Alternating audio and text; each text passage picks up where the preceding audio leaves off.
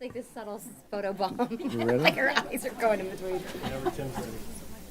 Whenever you're ready.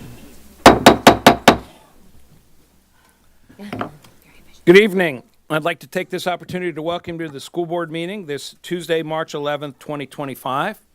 Today, our student representative is Ella Collier from Sarasota High School. She's going to lead us in the pledge today. Would everyone please stand, remove your hats, turn off your cell phones.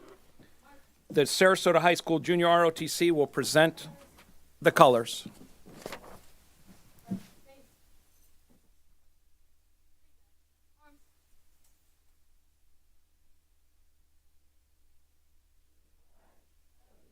States of America, and to the republic for which it stands, one nation, under God, indivisible, with liberty and justice for all.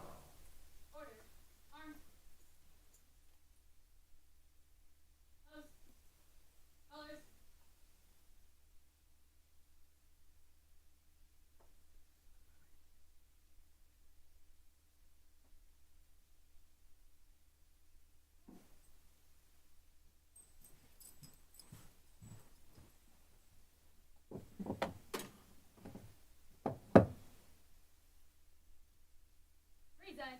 Arms. Order. Arms. Outward. Face.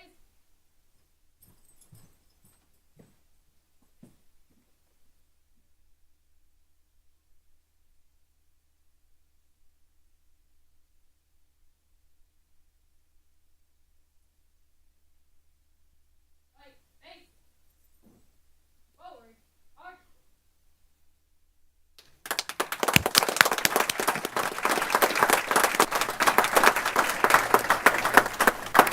Everyone, please be seated.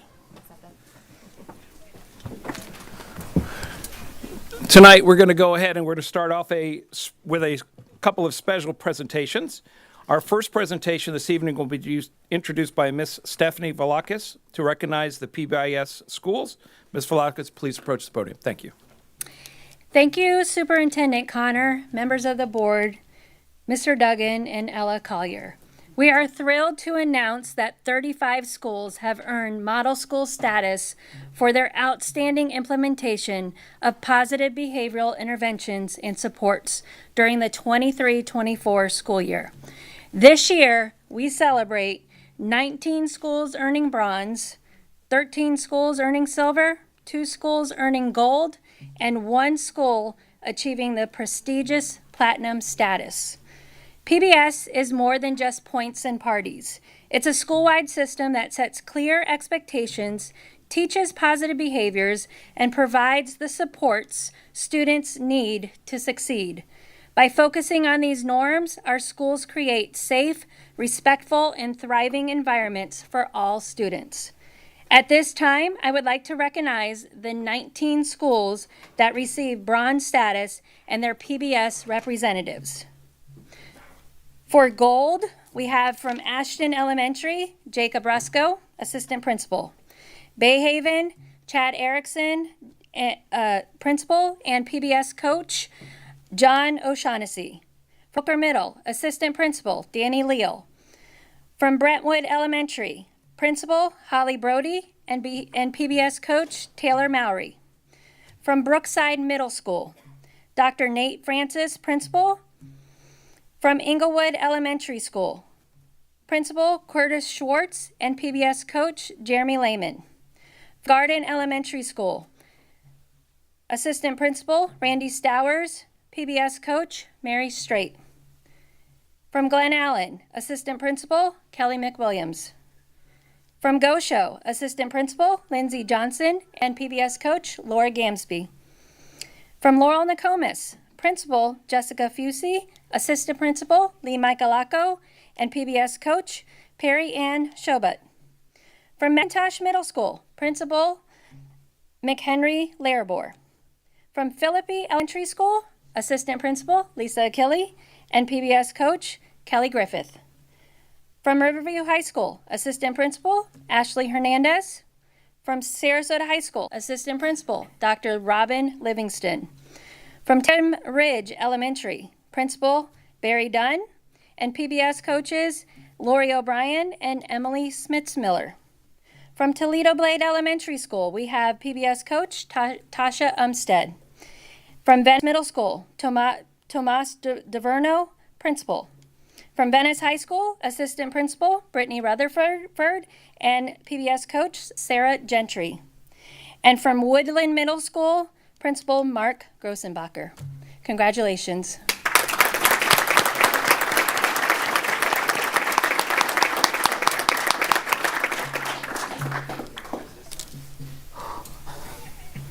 Board, if you can stand. Congratulations, school. If you can't see me, I can't see you, so try to find your place between the head in front of you. Try to squeeze together, everybody.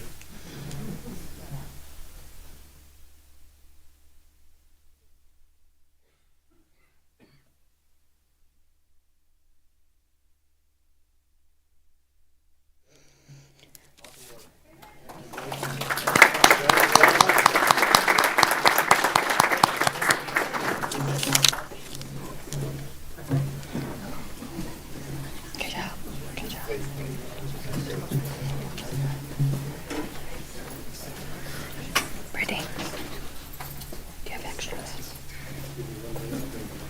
Thank you.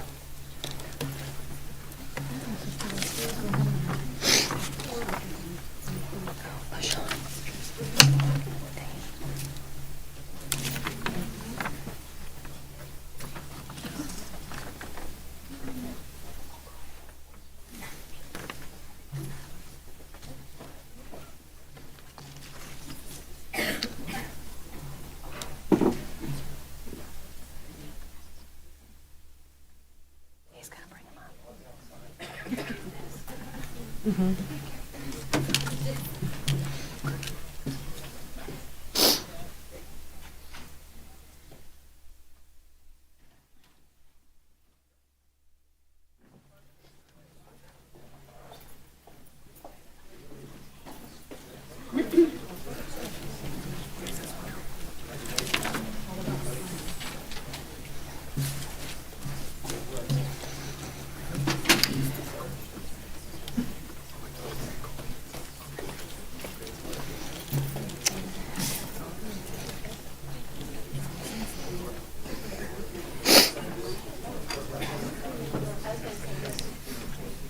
Okay, so again, if you're smaller than I am, take a big step forward. And then everybody else, we're going to slide this way, and then just fill it around the back, right? And we're going to be like a wedding, right? So we're going to slide right to the floor. You can slide on down just a little bit more. Get everybody in. Perfect. Okay. All right, so Stephanie? Yes, sir. Okay. As I stated, we had 13 schools earning silver. So we have representing Atwater Elementary, Principal Jamie Lowitz. Booker High School, Assistant Principal Greg Rumpf. Cranberry Elementary, Principal Jamie Kisner. For Fruitvale Elementary, we have Principal Dusty French and PBS Coach Becky Ferreira. For Gulfgate Elementary, we have PBS Coach Lisa Markowitz. At Heron Creek Middle School, we have Assistant Principal Cindy Gross. At Lakeview Elementary School, we have Principal Michelle Giddens and Assistant Principal Marissa Green. At Lamarck Elementary School, we have Katie Kozdema, Assistant Principal. Representing Northport High School, we have a whole team here. So we have Assistant Principal Courtney Apolloni, PBS coaches Pava Ayala Wilson, Raquel Santa Fe, and Adam Santa Fe. For Suncoast Polytech High School, Principal Jack Turgeon and Assistant Principal Becky Satterley. For Sarasota Middle School, we have PBS coach Jackie Zappo. Representing Tuttle Elementary School, we have Assistant Principal Sarah Knaus and PBS coach Amy Patterson. And for Venice Elementary School, we have Principal Ray Wilson and Jeremy Lehman, or Chris Hines, sorry. And that's all of our 13 schools. Congratulations.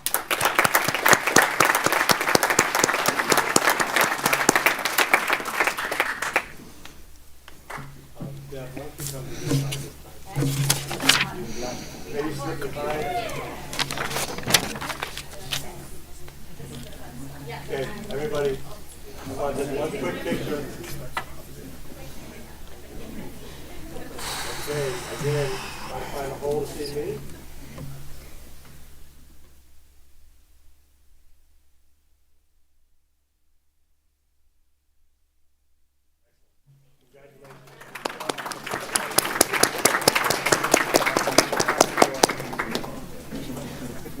Is there another group? We have 2 more groups. Okay, 2 more. But they're small. They're small.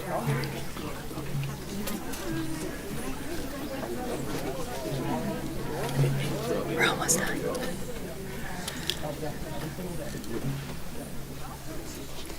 Gold. And we have 2. 2. I know. A lot of room. Are we okay? Okay.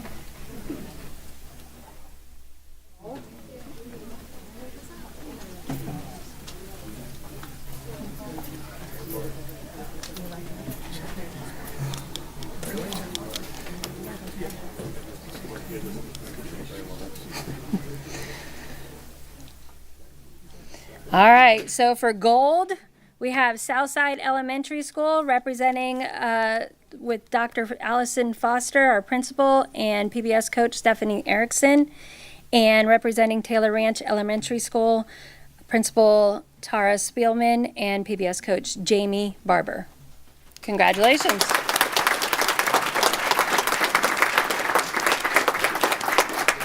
Do me a favor, slide to the center. So, slide to the center.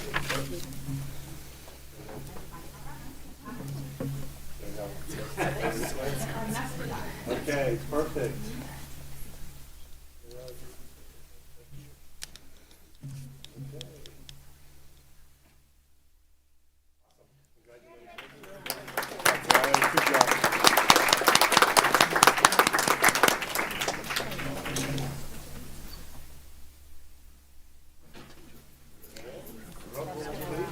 He's gonna stand. No, they can come up. Doctor, you stay here. Congratulations, Mr. Platt. Congratulations.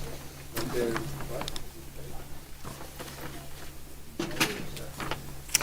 All right, finally, not only did this school receive platinum, but it is their first time being recognized by the district and the only magnet school in the state to receive this honor.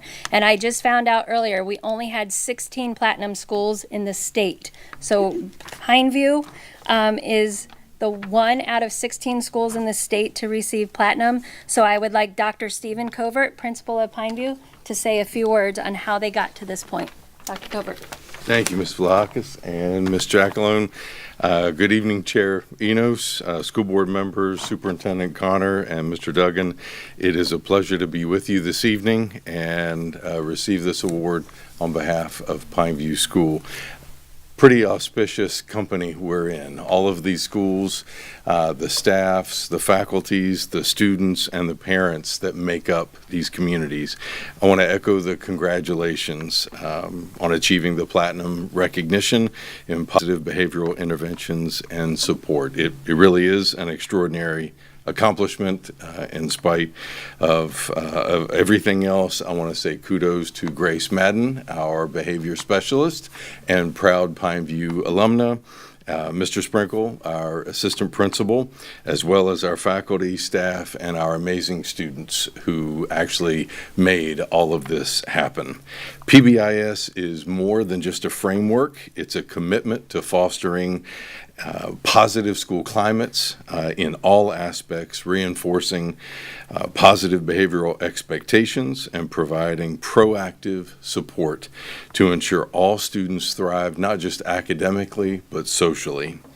Reaching the highest level of PBIS recognition is a testament to everyone's commitment to making it possible, the collaboration of the staff, and the dedication we all have to seeing our students succeed.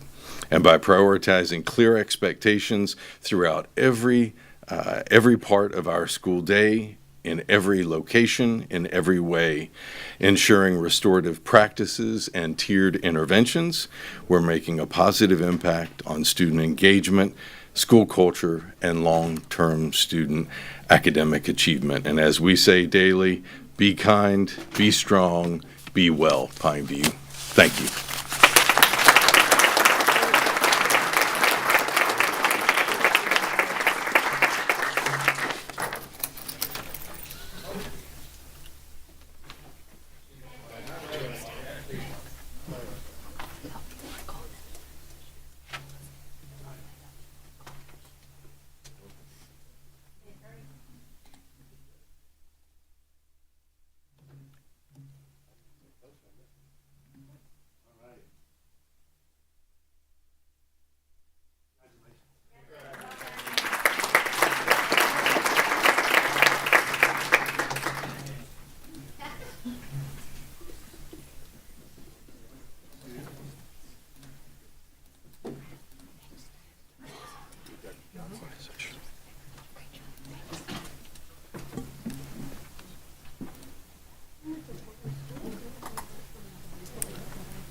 The next item presented will be from Miss Angela Hardvikson to showcase our Arts in Our Schools Month. Miss Hardvikson, please approach the podium, please.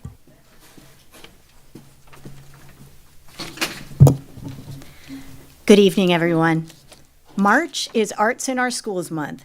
It's a time to celebrate the powerful impact of the arts in education. In this brief presentation, you'll get glimpses of the arts in action within our schools. Just a few representations of all the incredible artistic pursuits happening every day across Sarasota County schools. Here we see some first graders at Garden Elementary and their heart work for Valentine's Day.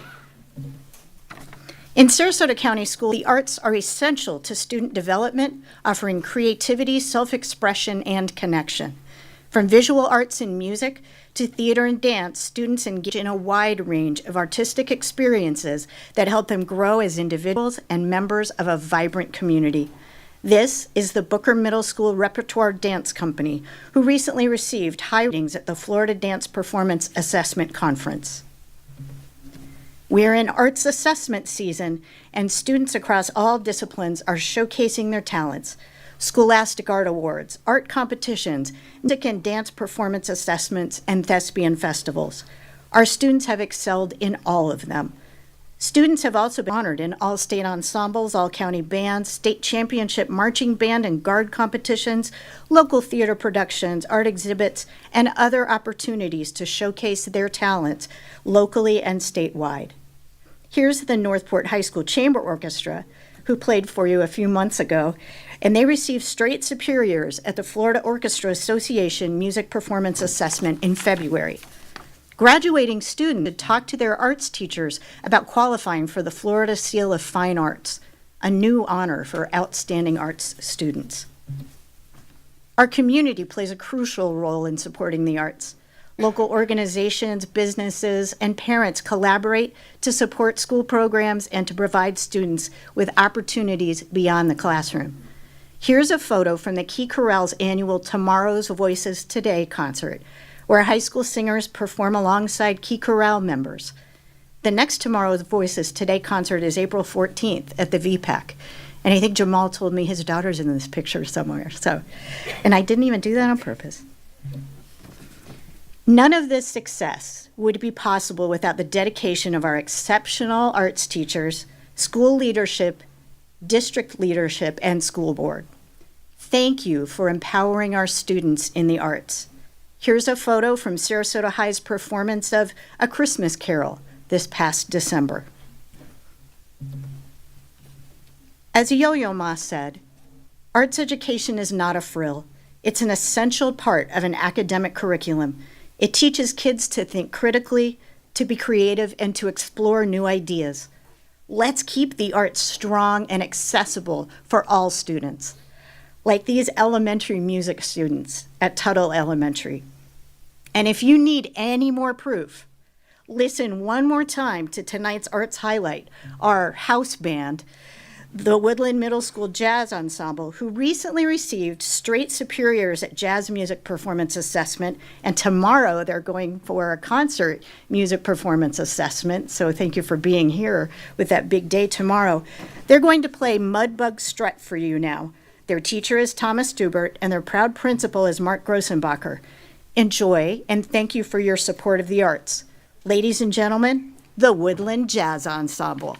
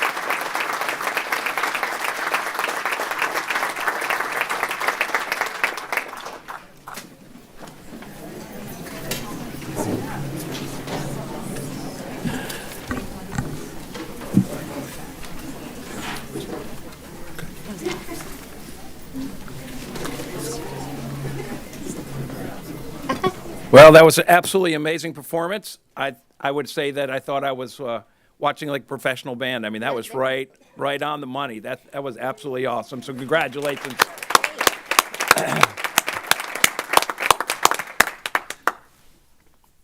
Next, we go ahead and we're going to continue moving on here. Today, our student representative is Ella Collier from Sarasota High School. Welcome, Ella. It's nice to meet you and being the student representative tonight. If you would, please tell us a little bit about yourself. Well, first, I just wanted to say thank you so much for having me here this evening. This is truly an honor. And I would like to thank all of Sarasota County, especially the school board, Superintendent Connor, and Sarasota High School administration for this opportunity. Looking back at the past 13 years from my time at Southside Elementary, Sarasota Middle School, and now as a Sarasota Sailor, I realized there are so many educators and staff that have given support and made an impact on my education.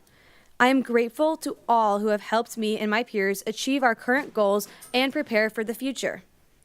One of my earliest and most ambitious goals in high school was to study abroad. For the second semester of my sophomore year, I lived and attended school in Israel. I immersed myself in learning my faith, heritage, and history while completing my American high school requirements. I truly had a once-in-a-lifetime experience. After returning in July of 2023, it was time for me to focus on my academics, and I was able to earn my ACE diploma in just 1 year. I am also proud to have served in many leadership roles. This has been particularly meaningful for me this year as student government president, National Honor Society parliamentarian, a member of the varsity speech and debate team, and part of the 1-9 Female Leadership Club. Beyond school, I am deeply involved in supporting Sarasota's youth. I serve as a Teen Corps attorney, ambassador, and chair of the fundraising committee for the youth leadership team. Teen Corps taught me a lot about challenges facing our youth population and how our community can support teens through learning from their mistakes and finding a productive path forward. Additionally, I am a student board member for Children First, a nonprofit providing early childhood education and family support. I've also spent many hours volunteering with youth at my synagogue. One of the things I am most proud of, though, is my activism. I am an advocate for the Jewish community.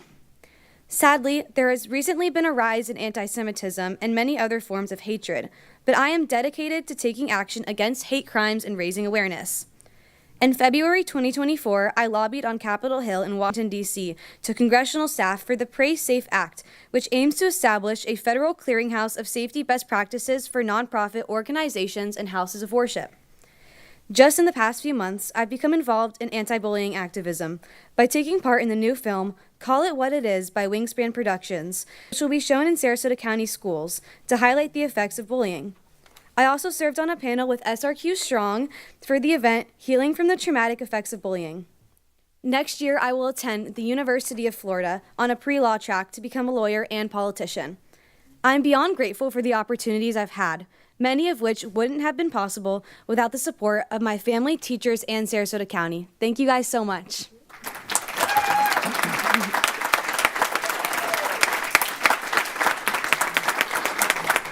you. Well, we appreciate you being here as a student representative. I liked everything except for the last part. If you would have said Florida State University, I would have given you a... Anyway, we wish you the very, very best in the future. I mean, it looks like you actually, the sky's the limit for you, and very, very best in your troubles, not troubles, in your travels and everything that you do. And thanks again for coming here tonight, and being our student Thank you so much. Thank you. All right, next we're moving on. May I have a motion and a second to adopt the agenda with the posted additions after the original publication, which is item 4.1. Move to approve the agenda as amended. Second. Motion by Ms. Ziegler, second by Ms. Marinelli. Any discussion? Seeing none, please vote.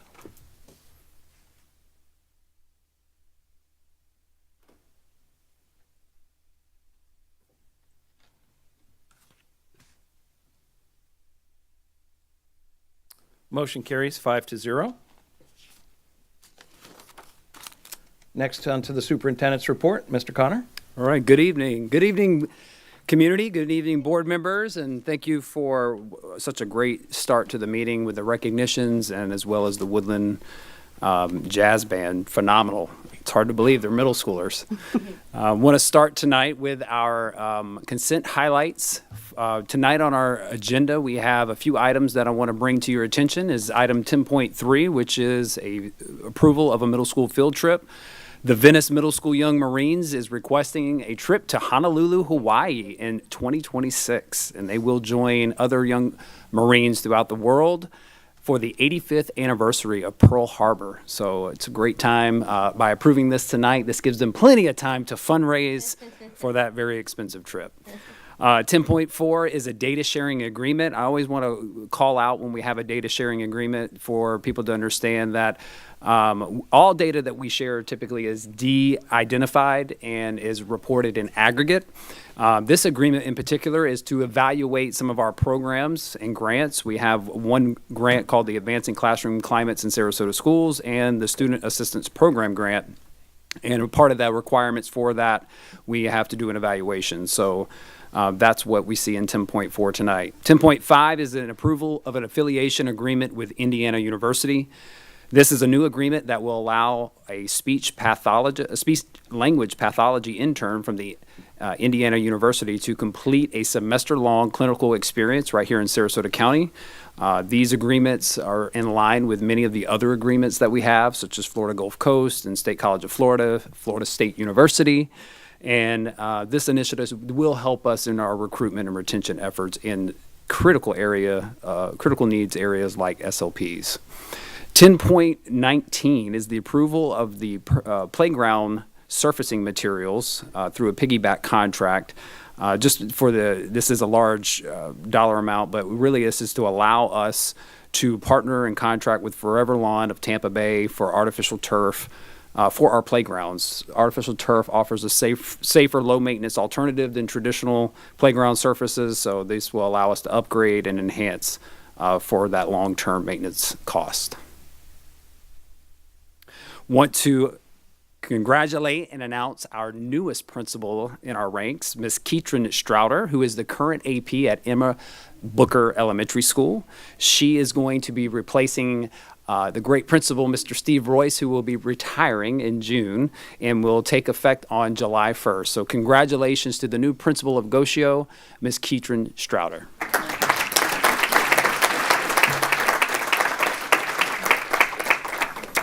And now, I know we had Heron Creek come and do a presentation for us at a recent board meeting, but we're officially recognizing them as an ECTAC Exceeding Expectations School. It's a very tremendous honor as a Title I school who has shown and beat all odds in really raising student achievement. They are in a very select group of schools that have achieved this nationwide, and we want to congratulate them for officially meeting and becoming an Exceeding Expectations school. Also want to recognize Booker Middle School as now a Guy Harvey Conservation School for their commitment to marine and environmental conservation. This has been made possible through the leadership of Karen Dieter and Sean McCarthy, who are two educators at Booker Middle School. And so they're going to be provided some really cool opportunities and learning opportunities at Booker through the Guy Harvey Foundation. So congratulations to Booker Middle School. Also want to congratulate and recognize Michael Santagata, who is our threat management supervisor here in the district. He was recognized by the Florida Department of Education as the chair for the month of February. He's done some very innovative things and really have shared those practices amongst others, developing resources and tools and strategies to help our school leaders and to help other districts across the state. And so we're really proud of the work that he's doing in a very critical area. So congratulations to Mr. Santagata. Tomorrow is going to be our next Coffee with Connor at the Fruitville Library. We come on out. This is open to all the public who want to come and just share ideas, learn about district initiative and what's going on throughout the district. I will be there from 10:30 to 12 p.m. and look forward to seeing you there. We do have, as we approach hiring season, several job fairs that are on tap. So I'm going to show you a few slides tonight. The first one is a virtual job fair that we'll be hosting on Thursday of this week on March 13th from 10 to 12. Please make sure that you register online and be a part of that if you can. We will have a face-to-face on Wednesday, April 2nd from 10 to 1 at the Carlisle Inn Conference Center. Also, registering online is important to do there. And then coming up on the 8th of April from 10 to 1, we're going to be down in the Northport area at STC Northport branch. Again, registration online. And those three are all coming up in the midst of our hiring season, so please be on the lookout and participate. It's a great opportunity to connect with the school district and find a position and come work for Sarasota County Schools. Want to also announce that we will have our adult community education art sale coming up on April 10th from 10 to 3 at the STC Conference Center, which is on Beneva Road. It's free admission, free parking. It's open to the public. Come out and participate in this great event. And just to reiterate what Angela said earlier, it is Arts Education Month, and we're just happy to, alongside the state of Florida, to observe this great initiative and making sure that all that we do to enhance arts in our schools is recognized, and we thank all of our teachers who really support that, because we do believe in a holistic education. Academics is the core, but we know we don't get there unless we really address the whole child, and we want to continue to promote that, and we're so thankful for the community who helped support that through a lot of our referendum.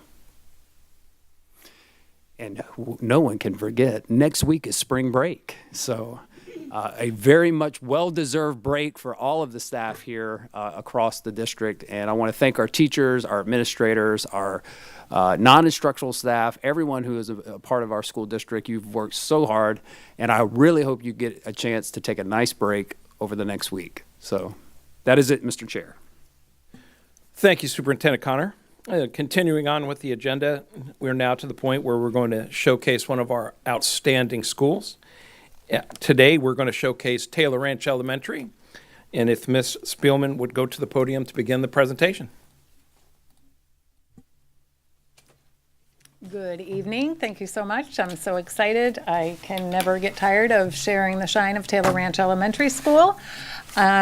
I'm Tara Spielman, and just for those of you that don't know, Taylor Ranch was established in 1990, so this is our 31st anniversary. This year, our mission is really simple. It is, quite honestly, to make sure that every student reaches their full academic potential and that they leave us becoming productive and responsible citizens. We have been an A-rated school since grading began. We were also consistently designated as a school of excellence, as well as you just saw being gold. We were really trying for platinum. We were one question away, but we really strive to make our school the best it can be for our students and staff. And our expectations, quite honestly, are simple. It's be respectful at all times, be responsible at all times, and shine like a star, which is expected of our students, but also expected of our staff, of our families, of anybody who visits our campus. We strongly believe that every single person has a gift to share, which is where our motto comes from, share your shine, which you'll hear referenced several times this evening. We follow the district strategic plan very closely. We've aligned it to what it looks like at Taylor Ranch. So you'll hear several of the pillars this evening represented in the presentation. Currently, we have 889 students. We have 8 students starting either this week or next week. A good portion of our students are coming from out of state. We service South Venice as well as that entire Welland Park area. Within our student body, we have 3 autism classrooms. We also have ESE pre-K, 13 languages spoken, and 23% of our students are receiving some type of exceptional student education services. I'd like to just brag on data for a moment. One of the things that we do, we always look at our own data, we look at our school-wide data, but we do like to look at how we are doing in comparison to the other traditional elementary schools in the county. So I am really thrilled looking at our PM2 scores. Our kindergarten scores are first in the county, and our 3rd and 5th grade scores are 3rd in the county. And we focus on growth because these students coming to us from different states, they are coming in at all different levels, as do our own students. And our 4th grade team is first for growth, 2nd grade team 3rd for growth. So K through 5, everybody owns a piece of that success. And then in math, equally, our 3rd grade team is first in the district for growth from PM1 to PM3. So very proud of that. This one might make you the most excited. I know it really makes me excited. This is our VPK cohort. Last year we had our first VPK classroom. That's 13 general education students and 5 ESE students. So I've been tracking them closely this year as they are progressing through their kindergarten year.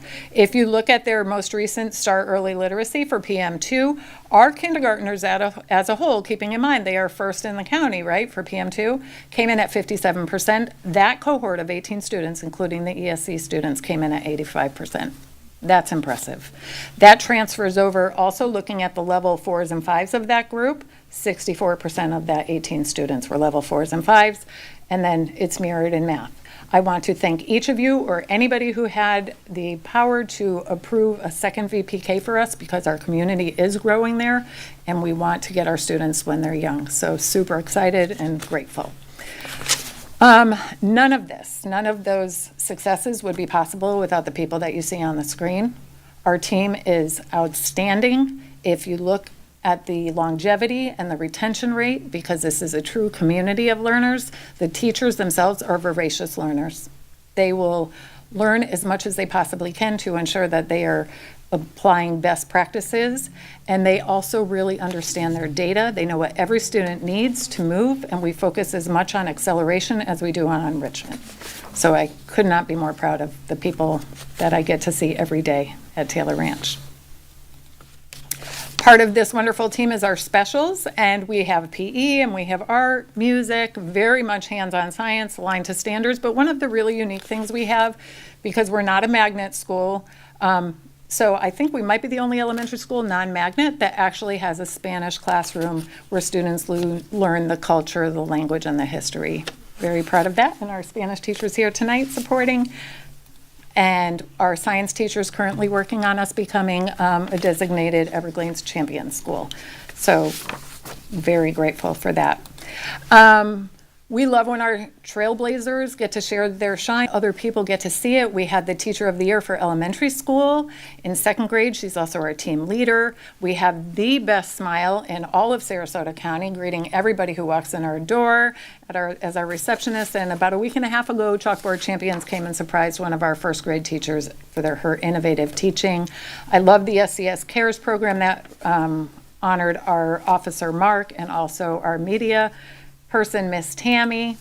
And then we also do on-site recognitions of each other, because I can't see everything, nobody can see everything, and our staff recognize each other sharing their shine.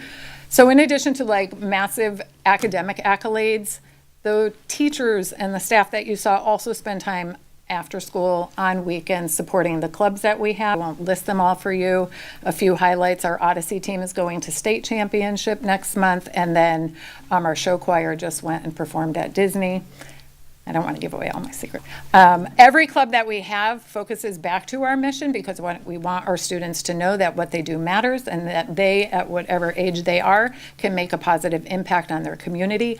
How you might see Taylor Ranch in your community or our community is through the awesome 5K that we just had, right? And that was for everybody, not just our staff members. We might be performing at the Brave Stadium. We could possibly be at Venice High cheering. Many donations for some worthy causes. I don't want to just read the slides, but I hope you do. And I love that we're a hurricane shelter. This is a huge point of pride for us. We are the only hurricane shelter in Venice, and we take that very seriously and feel honored to provide that to our community. And could not do it without our boosters. I have, like Moni schools do, a small but mighty team of parents who plan and execute many, many events throughout the year that are attended by staff and students. We've had over 300,000 volunteer hours to date this year, and appreciation for our business partners. This year, we have a lot. I really want to give a shout out to USF. The interns we have are fantastic. They are serving, it's almost like a learning lab in those classrooms, and then they are just another hand, very valuable to support for our students and for our teachers. And I want to thank each of you, because it's very appreciated that you see the uniqueness in each school and understand the needs that we have and provide that support. So with much gratitude, I conclude my portion, but I would like you to hear from our trailblazers in closing.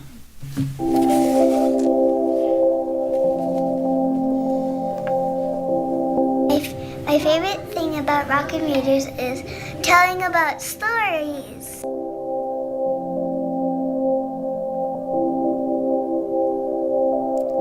My favorite thing about Lego Club is the teacher, Miss Reisinger. She's very kind.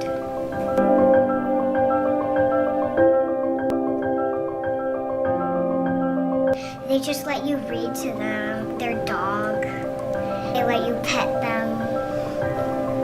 And the dogs are just so soft.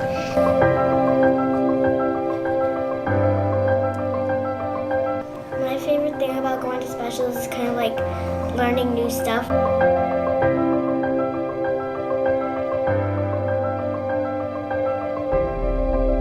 My favorite thing about Odyssey of the Mind is how we all get to work together and we get to build friendships.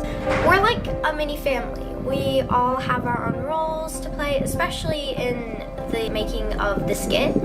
Like, you learn to pull your weight, but you also learn to accept help from others.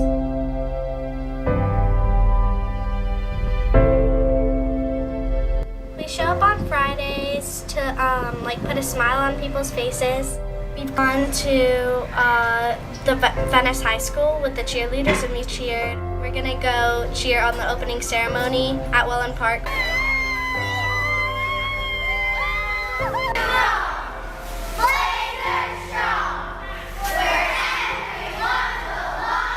It's really important for us to go outside of the campus and help the other people. We'll make a lot more people happy than just the people on this campus.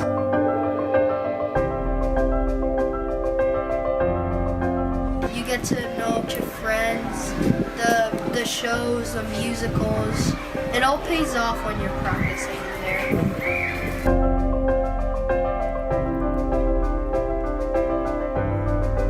Shoot for the Stars 5K.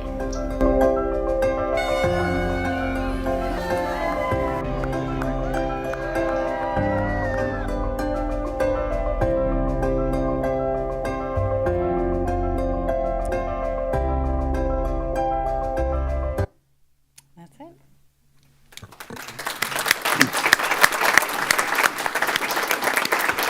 Absolutely amazing. Superintendent Connor? Well, Ms. Spillman, I got to tell you, you are a leader of leaders. I got to participate recently in the 5K, and, you know, I think she was most proud that she raised enough money to buy an interventionist next year. She was so happy about it and announced it to everybody. And even people who wasn't education, you know, world were like, okay, well, I guess we'll clap for that. They didn't know what an interventionist was, but, you know, you serve in probably one of our largest elementaries. Is it our largest? Close to it. 889 students with one AP. Lots of work, a lot of dedication to make that happen. And I just thank you for your leadership. And you talked about the hurricane.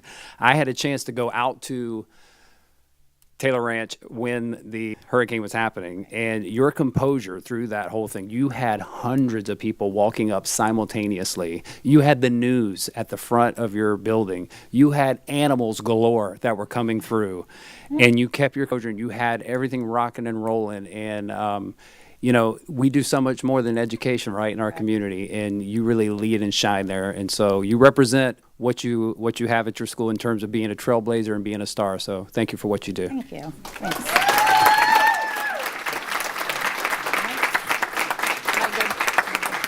Comments from the board? Mr. Edwards?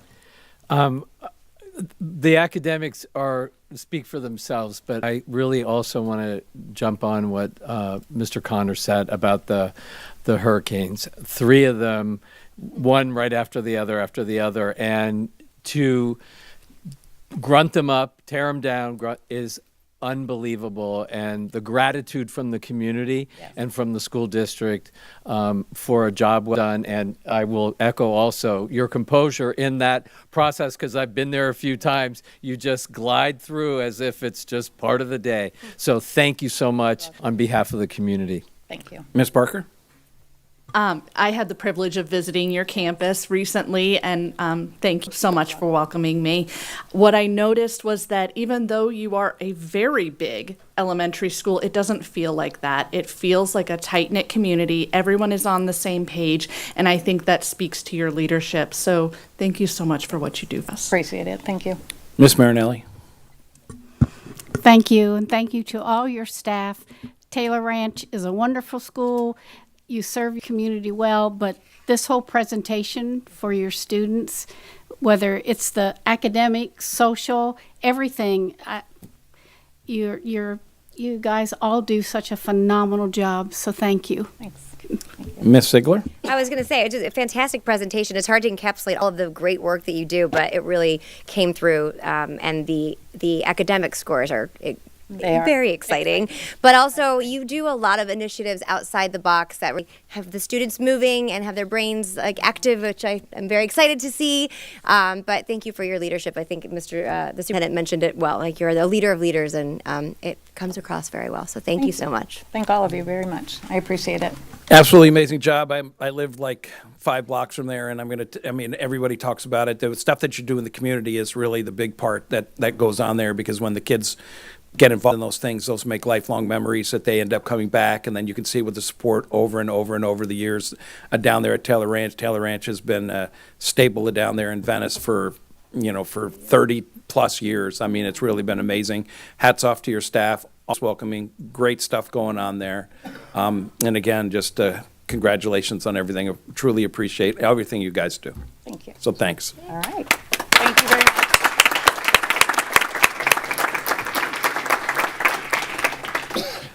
Next, we'll go ahead and we're going to move on to the public comment portion of the agenda. We'll go ahead and we'll start. I would just like to remind everybody of policy 2.22. Just as we talk about these agenda items, we really are looking for some type of feedback to the board in reference to something specific, especially on how we can do something better within our supervision or our realm, and that's going to make our school district that much better, or something that we need to come up that we need to look into as we move forward with taking the vote for the agenda item specifically. So I know last time we talked about trying to be on task and target with that. There are some things that are out of our control, the things that are happening outside of what we can control here, and you hear about the amazing schools, the staff, the leadership that we have. You start looking at that with Pineview, another unbelievable accolade that they're getting. I mean, there's so many great things that are going on. So just as setting up for that, just please be considerate in that to keep your comments to the item that you're speaking on. I would be very, very appreciative, as we definitely want to hear from you. But we would like to make sure that we're there at the end.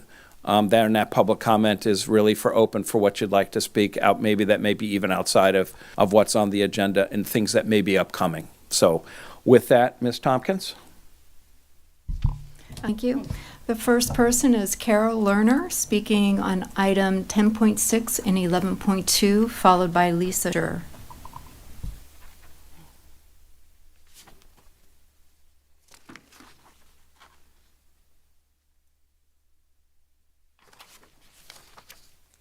Good evening. First on 10.6. One of the beautiful aspects of Sarasota County is that it is a diverse, multicultural community. So it should be of no surprise that 25% of students in Sarasota public schools are of Hispanic Latino ethnicity, and 42% of the students are students of color. Thus, it should be of no surprise that nearly 10% of our students are English language learners. Mostly Spanish-speaking, but a growing number of Creole and Ukrainian-speaking students. In listening to last week's workshop on the district's plan for serving ELL students, I was happy to hear that the Sarasota County Schools has such a broad array of services to ELL students and their families.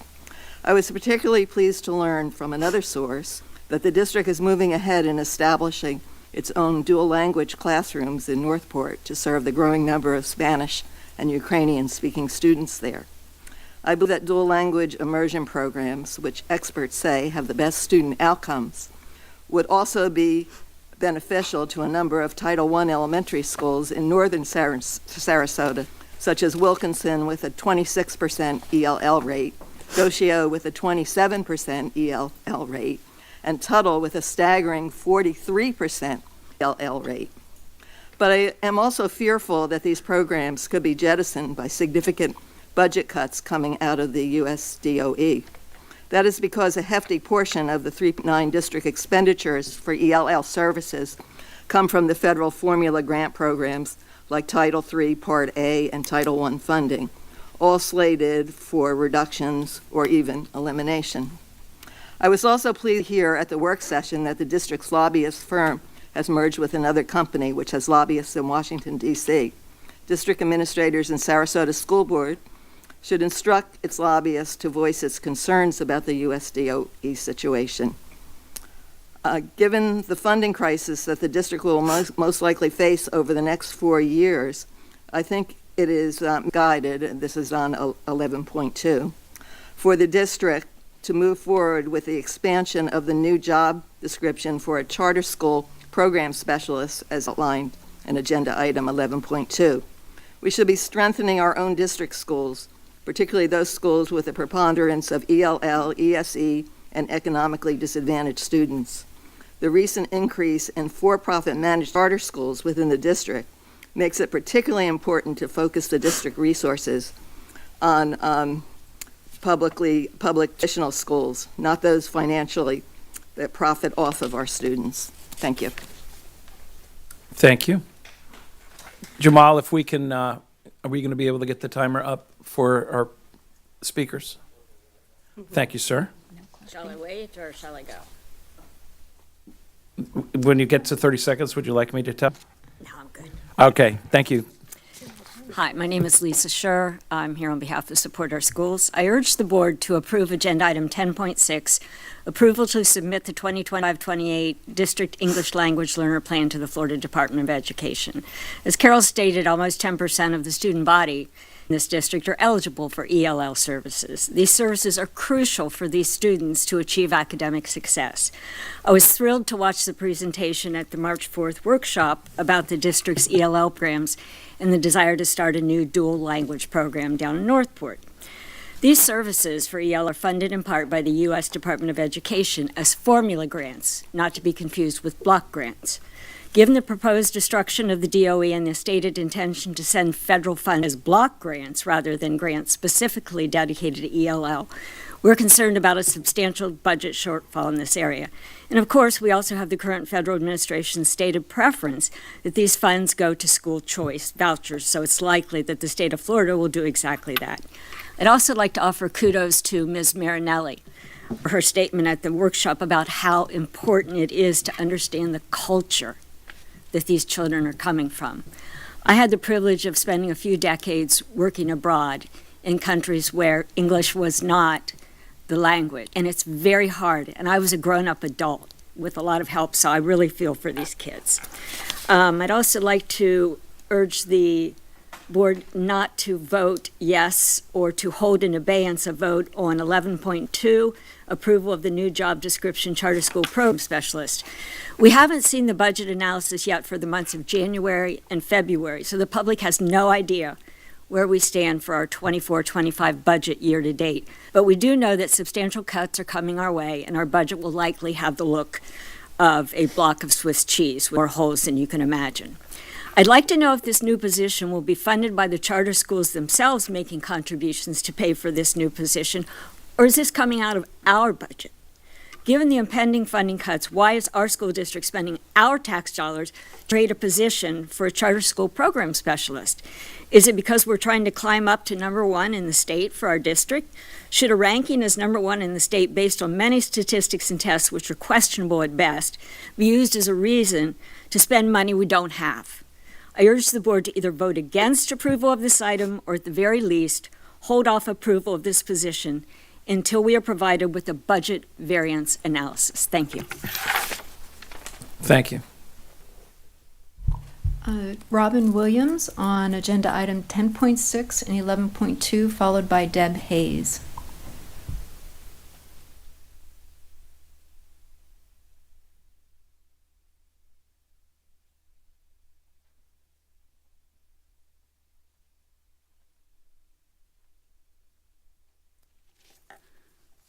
I support your proposed approval of ELL funds, which are critical for the academic success of our 4,254 students for whom English is not their first language. ELL programs are partially funded federally under Title I and Title III and are formula grants, which Project 2025 wants eliminated.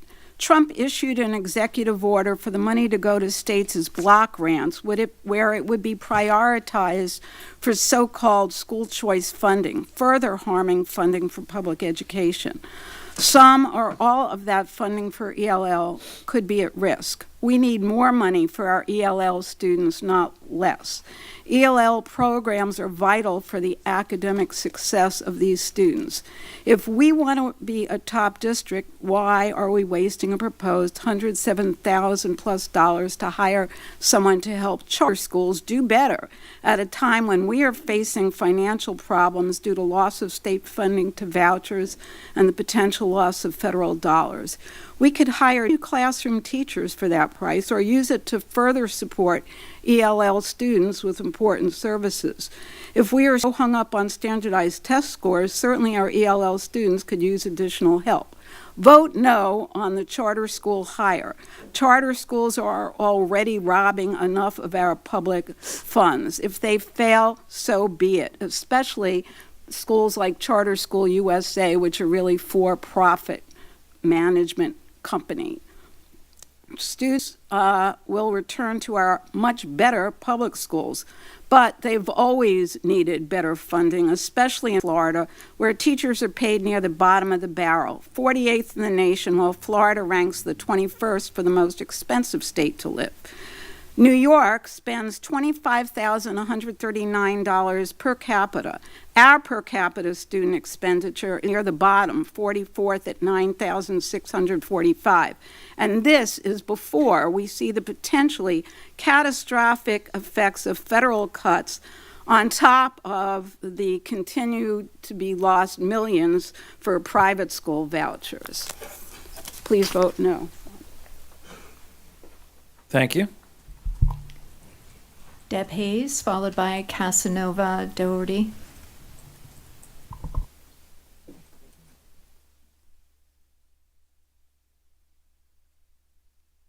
Good evening. My name is Deb Hayes, a retired district administrator and a public school advocate. I'm speaking tonight in favor of the district's ELL plan, and I commend the staff for the tremendous efforts that went into that plan and that will go into its execution. I would ask all of us to think about being a 10-year-old in a classroom in Russia, trying to excel at reading, math, writing, and imagine we've never spoken anything but English, never heard anything but English. If you were like me, you'd need all of the help you could get. And this plan offers that assistance and even involves parents in the process, which is marvelous. As the district moves forward with this plan, I would encourage us all to consider how we might pay for this program and its services without additional funding from the state and federal sources. That is a risk that's coming even in this ensuing year. The governor's proposed budget includes a decrease in entitlement funding of more than 3%. Well, that refers to many services. It includes most of the title programs, of which ELL is a recipient. And my source here is the governor's proposed budget. So even if the district were receiving 1% less, what part of the plan would go? What if it was 2% less? And goodness, what if it's a full 3%?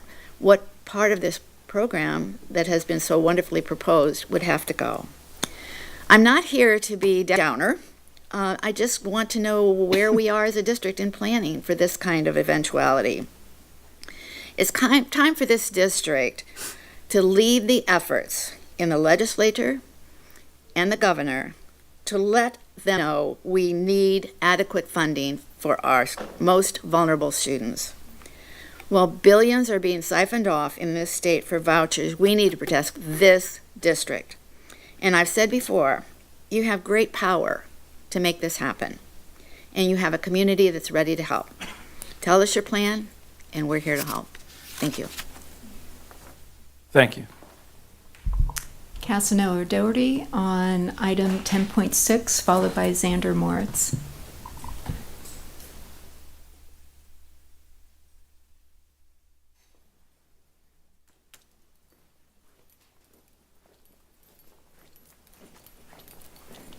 Good evening, Board. My name is Casanova Doherty. I'm a trans man and former 504 student of Sarasota County.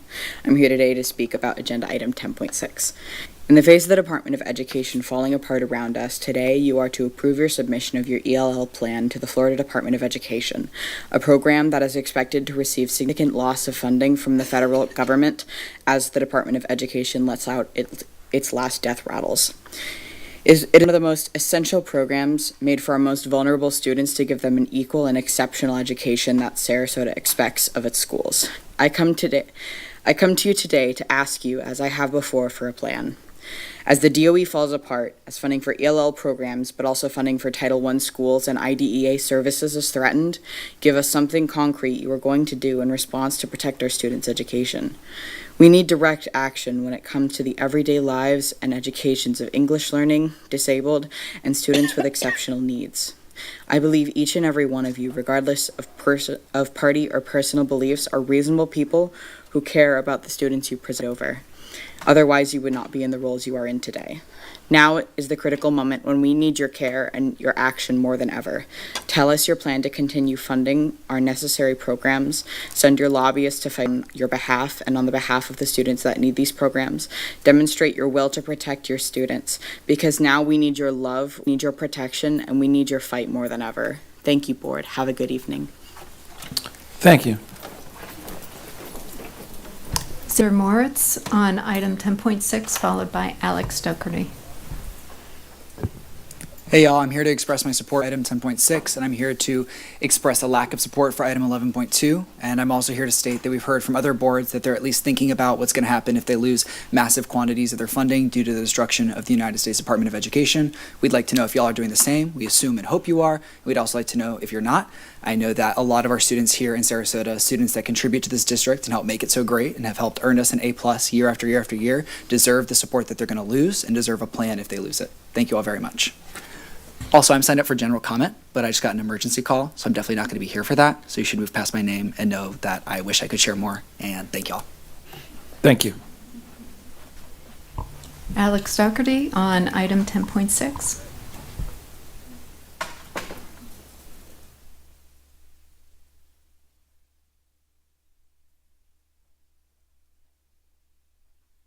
Hello, Board. My name's Alice, and I'm a junior at Suncoast Polytechnical High School. But, this isn't about me. Today, you're going to vote on submitting district's plan for its ELL program, which is also partially funded by the Federal Department of Education. Unfortunately, the Federal Department of Education is currently a ticking time bomb. Any day now, it could explode, pulling the rug out from under any districts that aren't properly prepared.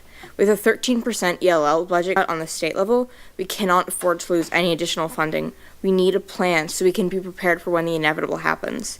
We need a plan so that we can continue to aid those who need it, enabling us to help our students continue to achieve Sarasota's A+ standard, every student, every day. Thank you. Thank you. And then that concludes this portion of public comments or reference to agenda items. Moving on. May I have a motion to approve of the minutes? Move approval. Motion by Ms. Ziegler. Do I have a second? Second by Ms. Marinelli. Any comment or discussion? Seeing none, please vote.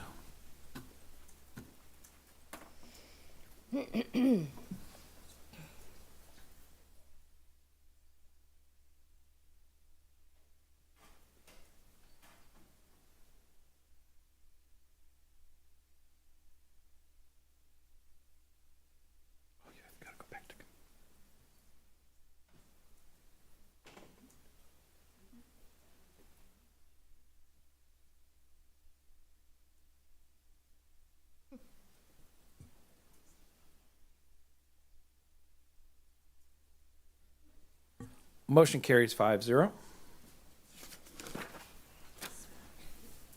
Next up is item 9.1, I have a motion to approve the consent agenda. Move approval of consent agenda. Motion by Ms. Ziegler. Do I have a second? Second. Second by Ms. Barker. Any discussion? See, Ms. Ziegler? Thank you. I just wanted to, since there were a couple comments on the English language learners plan, I appreciate that people are noticing. I think that I know that there's a lot of work put into that. I'm incredibly excited about the focus of that because in addition to our exceptional student education or special needs programs in the years past that has gone through massive improvements with new leadership, this area is also an area that has sadly been somewhat overlooked or neglected or not staffed properly, and we are forging ahead. And while I understand there are concerns about what may not happen with the federal Department of Education, it is one more example of why the leadership here matters and that our students will be properly served. And I'm very excited about that, and I want to thank the team for their leadership. Also, I want the public, a couple of comments were brought up in reference to what are we doing in reference to preparation in case there's any budget cuts. What I'd tell you is that I've spoken to the superintendent, as I probably all of the different members of the board has, but from this board member as the chair, I've talked to the superintendent. We've actually got a list, all of the different programs that are funded federally that come from the federal government in reference to what we're looking at in reference to any possible changes. I could tell you that, as I stated in the last one, I have all the trust and confidence in the leadership we have with Superintendent Connor and CFO Bonnie Penner, that we make sure that we stay on top of those things, as well as the stuff behind the scenes, such as audits that are conducted, all the variety of the financial things that are looked into to make sure that we have a fiduciary responsibility to make sure that everybody's tax dollars are used effectively as we continue to move forward, because I know that is something that continually comes up. So just so that you know, we are taking those steps. We are definitely looking at the things, and as they are, we definitely have all the programs now that have been broken out. So just to make sure that you understand that that's something that we do here. In reference to the charter school specialist, there was an article that was written in the Sarasota Herald Tribune in reference to the charter schools. I think everybody is aware of that. That is a situation that we really don't have a lot of control over. But we definitely need to make sure as that those are students, as we've all talked about, that those being also our students, is that we also owe them to be able to provide the very, very best that we can for them. And the schools that aren't performing is that, one of the things is that since they are all of our community members, is that we need to make sure that they are doing the best and supported by the district, because unfortunately, whatever our opinions are about it, that's the current law. And until the law changes, as we have to do the best for everybody. Thank you. Ms. Barker? I also wanted to thank you all for your comments about advocacy, and I wanted to let you know that I've personally had conversations with some of the folks that advocate for us up in Tallahassee, and this school district is committed to advocating to fully fund our schools.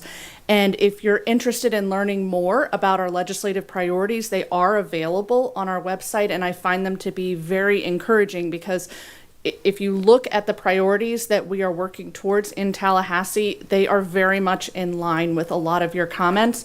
And I think we are working towards that. And as one board member, I absolutely support those efforts and I'm advocating myself. But I want you to know that Sarasota County Schools is absolutely taking that very seriously and working hard in Tallahassee. So, Ms. Marinelli? Thank you. I want to thank everybody for their comments, and also what Ms. Ziegler and Mr. Enos and Ms. Barker have said, I totally support. And just a little bit on the 11.2, the program specialists for charter schools. As you all know, I mean, we're one of the biggest districts with charter schools, and we've never staffed that department with very many support, and the people that are there are having an extremely difficult time of keeping up with all the reporting and everything. So Mr. Connor has talked to all of us separately about this. I give my support for it. That doesn't mean do I like it, but I give my support for it because I know how critical it is that we stay on top of what is happening at our charter schools, because those children are ours. So and I know he's thinking of some creative ways to fund. So he and his staff, they're all on top of the budget. So please know that we are not ignoring anything that is coming down from Washington or our state. We are on top of it, and we're going to make sure that our programs are funded and our children are taken care of. So thank you. Mr. Edwards? Thank you. I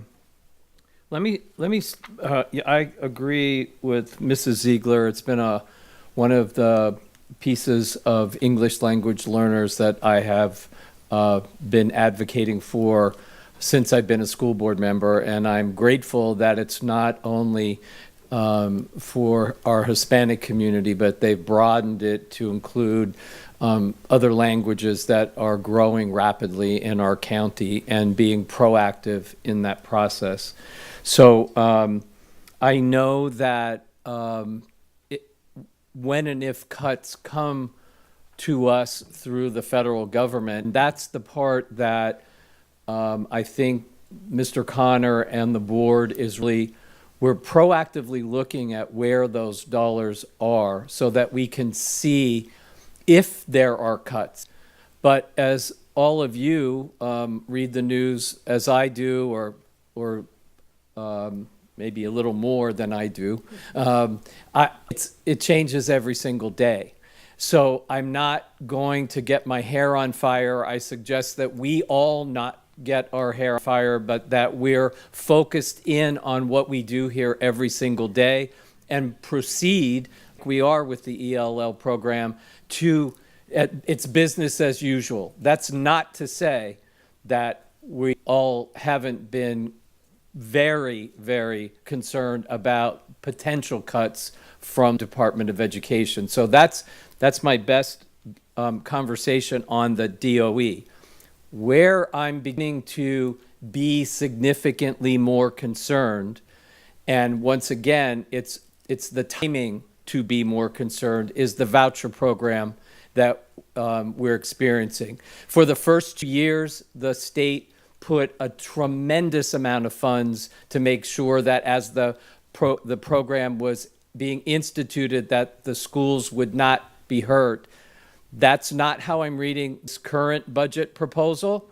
And as I speak to school board members across the state, by the way, on both sides of the aisle, and if you really did look at some of the statistics, there's significantly more folks that are aligned in a political party on school board with, I don't want to get political, but when I say both sides of the aisle, people across the state are starting to be concerned because the tracking of those vouchers has not been correctly solidified from the state to the school district, and people are starting to get concerned. I've had that conversation with Mr. Connor, and so we're doing our very best to try and figure those things out, but it's not just our district. And so as we've talked about cuts, I've sort of looked at it from an enrollment standpoint, keeping an apple to an apple,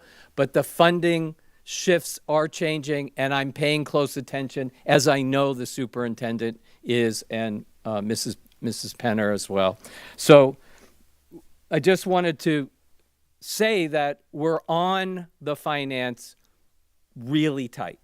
Lastly, I want to say just to go to that charter school, I have specifically, and I'm happy to share this here, I'm going to support the slot for the charter school with the caveat that I shared with Mr. Connor, that if it's a shared resource from all charter schools that supports it, that would be, and I shared that with Mr. Connor, it's, as he explained to me, a slot for the new budget that's being built, and he'd like to have the slot in the budget, but I will not support it if it's not contributory from the charter schools themselves. I am supporting it tonight, but I will not if it's not a collaborative approach with the charter schools and the school district. And I would also say the very best way in order to have students not go to charter schools is to do exactly like Superintendent Connor, we discussed as a board. I don't know a charter school out there that can compete with all of the accolades that we get in the programs that we offer in Sarasota County. And competition like that is a good thing because people will see exactly what we're doing here and how we're doing it. Just look at Taylor Ranch and 85% of the pre-K kids. That's the work that we're trying to do to make sure that everybody, wants to go and continue to go into the public schools. So with that, I see Superintendent Connor. Yeah, I appreciate it. Thank you for the conversation. I was going to hold off until we got to discussion to talk about the charter school specialist position. But first off, I want to thank those who did speak today about advocacy and what the plan is around the potential loss of funding. I got to tell you, there are no more better people than the people who work with our students each and every day, who work with these ELL students, who work with our ESE students, that are committed to making sure that we advocate every which way to ensure that we don't lose the funding that's necessary to support those students. So you've got our commitment for that.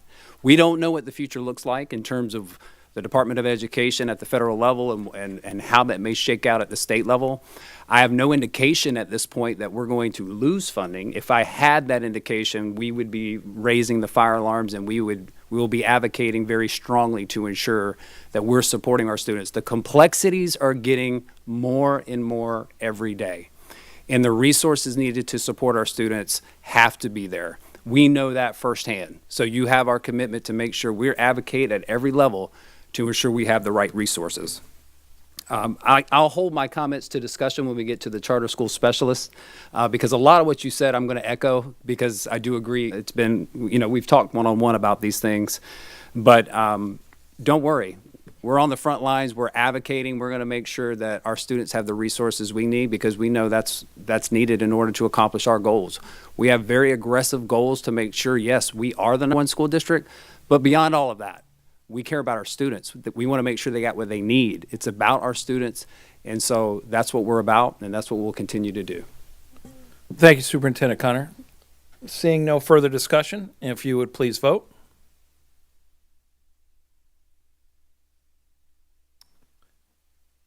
Motion carries 5-0. Next on, we're moving on to new business.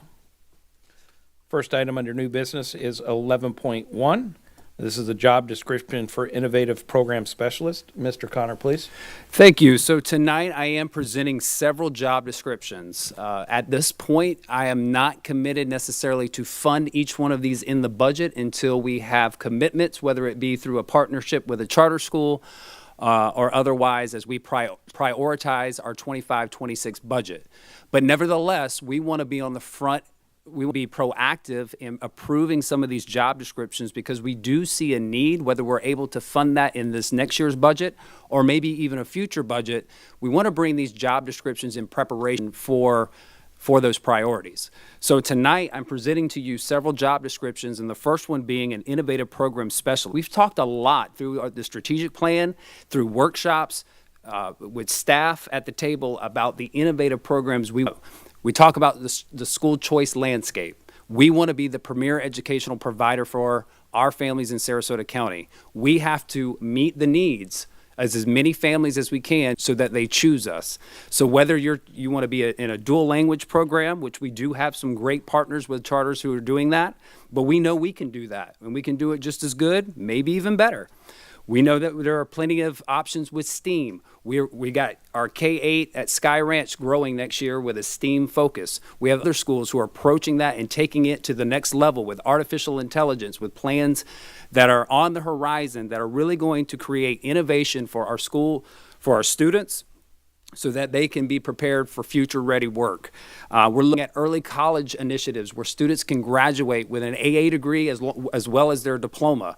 We're looking at expanding IB in our new high school. We're looking at partnerships with Junior Achievement called a 3DE program that's going to give them work-based competency skills to prepare them for the workforce in the business world. So we've got a lot on the horizon for this school district, because we know we can't continue to do the same thing and expect the different results. We want to be the premier provider. We got to provide a product that our parents want. We need people to lead these initiatives. We're at capacity. We are hyper-focused on instruction. We are in classrooms. All of our people are working burning the candles at both ends. And so in order to do all the great things we want to do, we have to have capacity. So what I'm asking the board is to approve this description as we drive expansion of these specialized programs over the next 6 years through the strategic plan to help us do that. Thank you, Superintendent Connor. May I have a motion to approve the description for Innovative Program Specialist? I move that the Sarasota County School Board approve the new job description for Innovative Program Specialist. Motion by Ms. Ziegler. Do I have a second? Second. Second by Ms. Marinelli. Any discussion? Seeing none, please vote.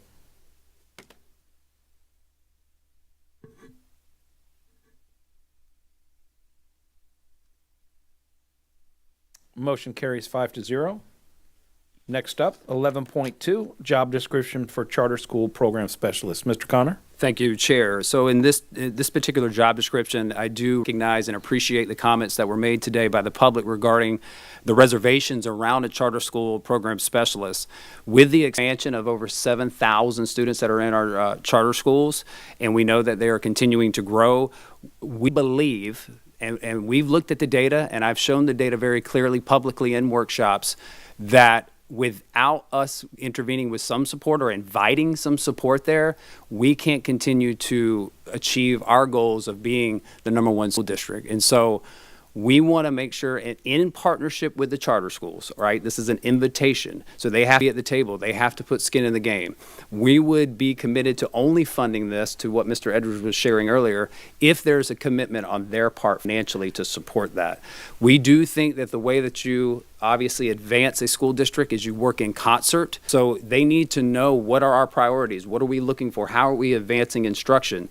So to have someone who can work alongside of them and be that bridge between charter school and the district in the instructional world, we feel that this potential position could do that. Now, I will say, we won't fund it or build it into the budget till we know that we have the funding and the partnership of the charters. Thank you. First, we'll take a motion, and then we'll have discussion. May I have a motion, please? Yeah, I move that the Sarasota County School Board approve the new job description for Charter Program Specialist. Motion by Ms. Ziegler. May I have a second? Second. Second by Ms. Marinelli. Discussion? Seeing some, we'll see Robin Marinelli.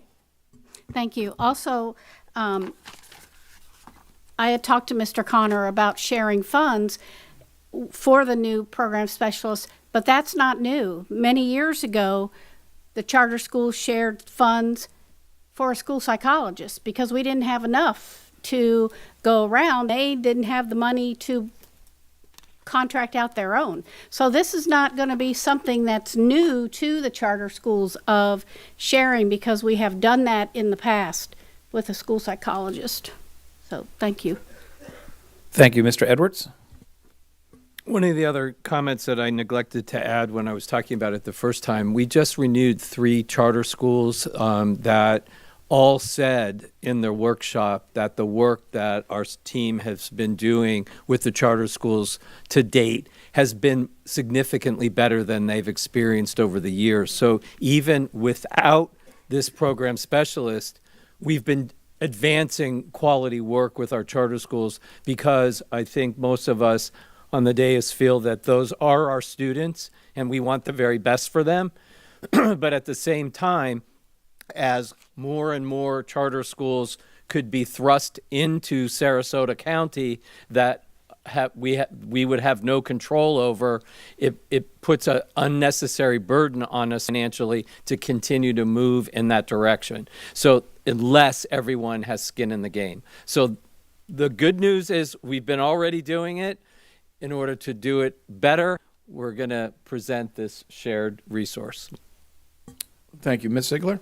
Thank you. I want to broadly mention, I think that all the variety of new positions that are not being funded yet but are being prepared in a proactive way, I really have to, it's something I get very excited about. When we talk about competitiveness, we're really doing a lot of things that are propelling us to the next level, and that is ultimately what's going to continue to drive more enrollment. But we do share students when it comes to charter schools. They sometimes go to one charter school and then they'll go to a district managed school, and sometimes they go back. And so as a community, it benefits all of us. I love the idea of them partnering with us and putting skin in the game.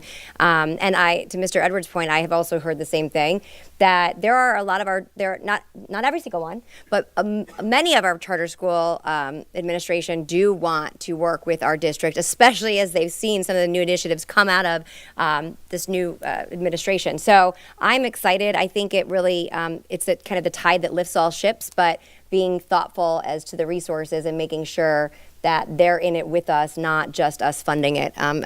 So that, therefore, I'll be supporting this. But I also want to applaud the timing of all this. I was talking earlier about the timeline of staffing allocations and budgets and preparedness, and I feel as though we have moved up a little bit earlier and putting us in a better position to not only staff but prepare and to budget for it. So kudos. Ms. Barker, please. I just wanted to mention that I think when we're talking about these job descriptions, this is a part of our advocacy as a school district. We're saying this is what we need to be the best. And we may not have the money to fund it this year or next year, but if we don't talk about it, if we don't put it in there, if we don't say this is what we need, then it never materializes. So I will be supporting the approval for the charter specialist. And again, with the caveat that I do believe the charter schools need to meet us halfway there, and that we don't know what our budget will look like. There is a lot of uncertainty right now around our budget, and we have to acknowledge that. But it's really important that we lay on the table what we need to be the best. So Thank you. Superintendent Connor? Yeah, I just want to close with, I want it to be clear, a message that this is not a come one, come all to charter schools. We want to be the premier educational provider. We are fighting for every kid to be in our traditional public schools. And the charter schools that want to come to Sarasota better give their best and be the best. It's a competitive nature here in Sarasota County. That's what it's all about.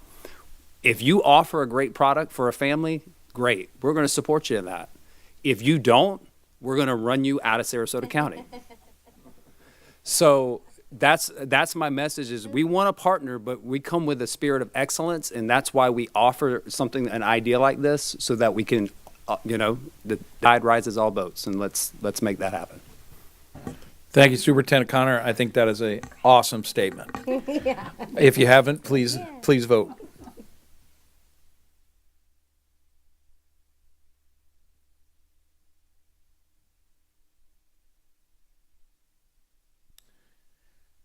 Motion passes 5-0.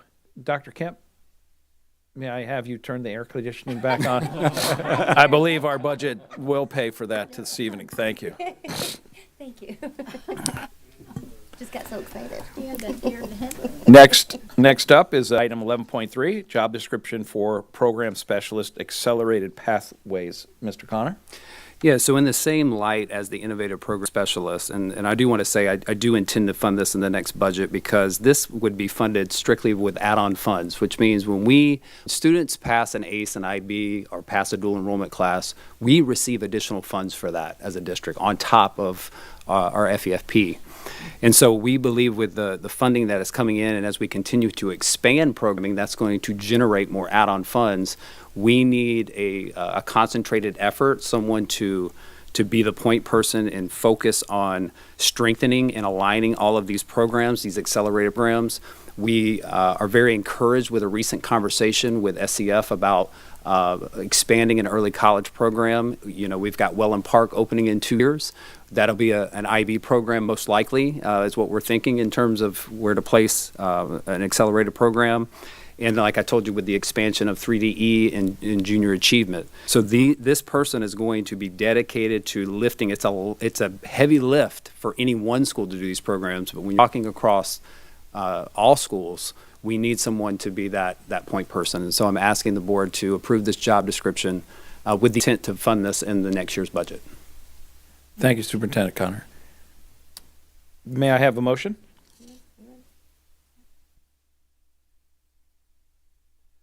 Ms. Barker? I'm just trying not to do it. I move that the Sarasota County School Board approve the new job description, program specialist accelerated pathways. Motion by Ms. Barker. May I have a second? Second. Second by Ms. Ziegler. Any discussion? Seeing none, please vote.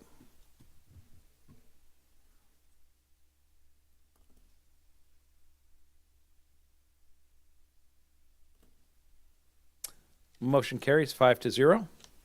Next up is 11.4, job description for program specialist of exceptional student education. Superintendent Connor.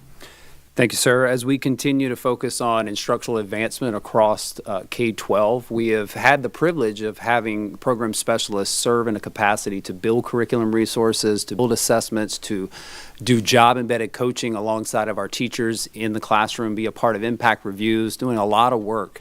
At the elementary level, we've afforded the opportunity to have someone dedicated in the exceptional student education space, where we have not had that at the 6 through 12, just because we didn't have the allocation there. So this job description would be specifically for the instructional and curriculum aspect for ESE students at the secondary level to help build and robust and support teachers in that vein. So we ask for your approval of that job description. Thank you, Superintendent Connor. May I have a motion? I move to approve the new job description for curriculum program specialist of exceptional student education. Motion by Ms. Ziegler. May I have a second? Second by Ms. Barker. Any discussion? Ms. Marinelli? Thank you. From my perspective, this is a position that has been needed for a long, long time. So I am going to approve it because, as we have discussed earlier, in the past, before, when we had the ESE study, we saw that our students didn't make progress in 7 years. So having that program specialist that works just with curriculum and reaches out to the schools and the curriculum department, I think it's critical for the students to be able to excel in their studies. So I will be supporting that. Thank you. Mr. Edwards, please. Yes, I was just going to echo that. I believe this was part of the conversation that was embedded in the study that was necessary, and we started with elementary first, and this is the continuation of the same component, so I will be supporting it as well. Well, thank you, sir. Any further discussion? Seeing none, please vote.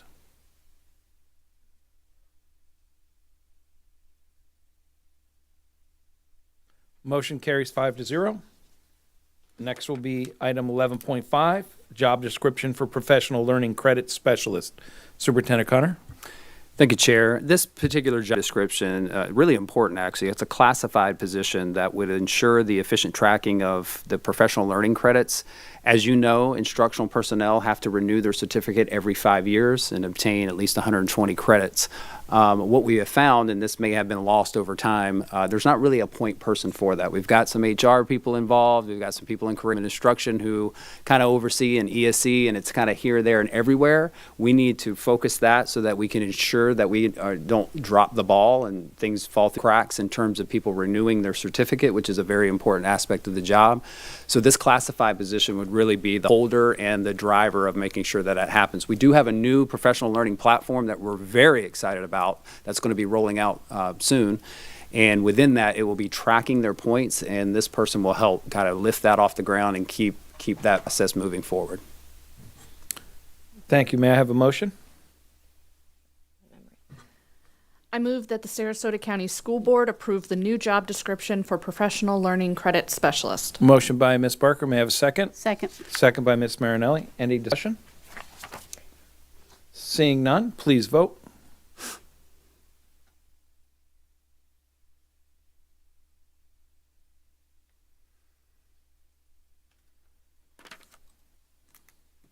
Motion carries 5-0.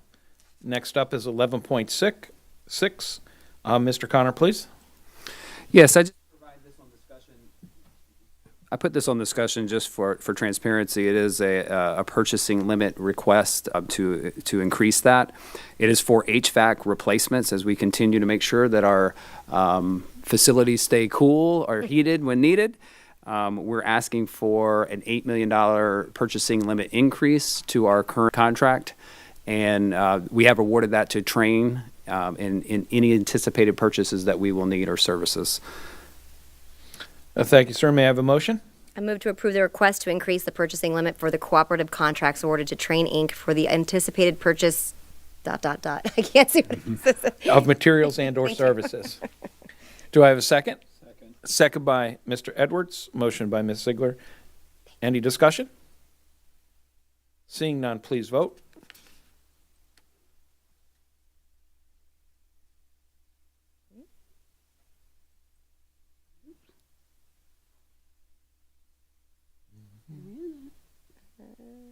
It's catching up, I think. Here he goes. Just came late. Okay.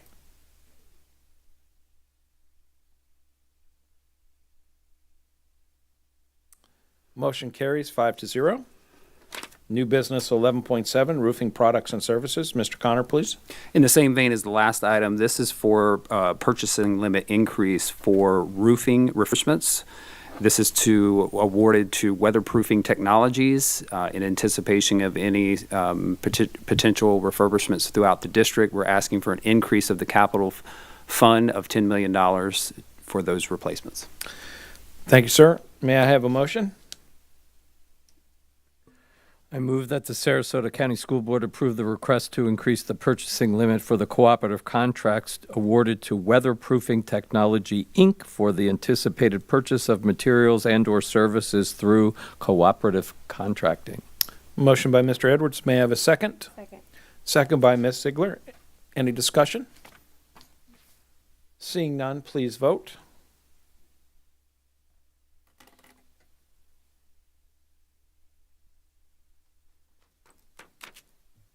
Motion carries 5-0. New business, item 11.8, White Fleet contract with Enterprise. Superintendent Connor, please. Thank you, sir. As we begin to look at efficiencies and cost effectiveness throughout the district, we bring this leasing agreement to the board as a way to do that. And, you know, as we transition our white fleet, and for those who may not know what white fleet are, those are basically all the vehicles we have outside of our buses, our yellow dogs, or it's what Dr. Kemp would call them. And so we want to move to a more managed lease model that will reduce the overall cost. So when you think about having to hire mechanics and you think about the maintenance cost over time and the depreciation that occurs with purchased vehicles, leasing agreement makes a lot of sense. And this would be a 5-year cycle where we would refresh a certain portion every year for over the 5 years to ensure that we have newer vehicles and that we're able to do everything we need to do to make sure that we're on top of having an up-to-date lease of vehicles. So this would be a $1.5 million annual cost, and we've already accounted for this in our capital budget. So we just asked the board that you would approve this lease agreement as we move forward. And Dr. Kemp can answer any specific questions if you have any. Thank you, Superintendent Connor. May I get a motion?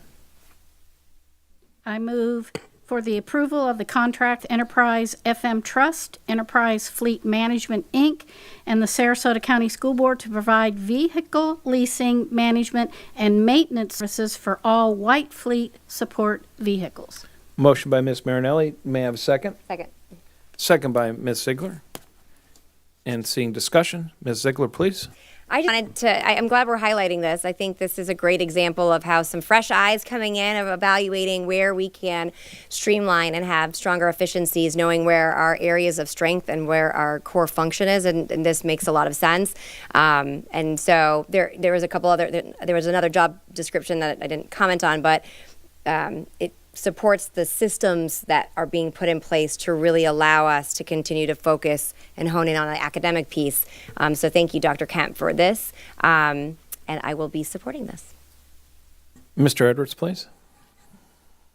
I just want to add, I had a couple of inquiries about it because I think the way that it was presented in the agenda was that there wasn't a lot of backup or detail, so people were like, what?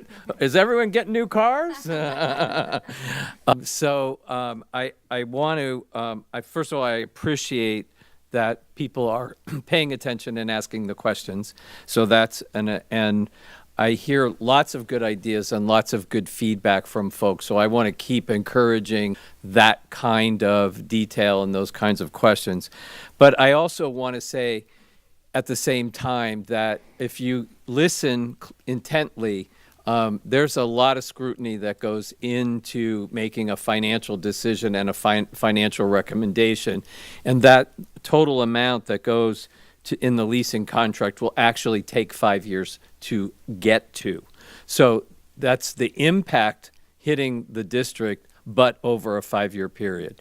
And so the real economies of scales, the way that, again, just by asking the questions from my own business perspective is like, well, then we don't need as many mechanics and all of those kinds of things, right? Yes, that was the answer. And then therefore, but we're not going to fire them, are we? No, they're being absorbed into, I guess they're called yellow dogs now. They're being absorbed into the yellow dog fleet. So all of that is, so when it shows up on an agenda, I really want to make sure the public does know that there's we no pun intended, kicked the tires pretty well. Thank you. Yes, and each of the board members actually met with Dr. Kemp, and we had about an hour presentation on this, and it ultimately will give better service to everything that we have in the vehicles, and we'll keep them up to date. I mean, some of the vehicles I know that when Mr. Dumas was there too, I mean, are 20, 25 years old. And as Dr. Kemp, I'm sure, can discuss real quick. No one's volunteering for the 71 Jeep Cherokee that we have rolling around out there. But no, it really is an opportunity for us to be more reliable and efficient, keep a more updated fleet, rededicate our resources to bus maintenance and inspections where our mechanics need to focus. So it really is it's in the best interest of the district to do this moving forward. Thank you, Dr. Kemp. Any further discussion? Ms. Barker? I think I found that vehicle. It's in the South County Transportation lot, and they need a new one. I was just at the South County Transportation, and I have to tell you, the work that those people do is outstanding, and the fact that we're able to put some of our resources more towards our buses and away from some of these white fleet vehicles, I think is going to be an excellent thing over time. I'm excited about this and having learned about it, so I will absolutely be supporting it. And many thanks to our transportation folks. Thank you. Any further discussion? Seeing none, please vote.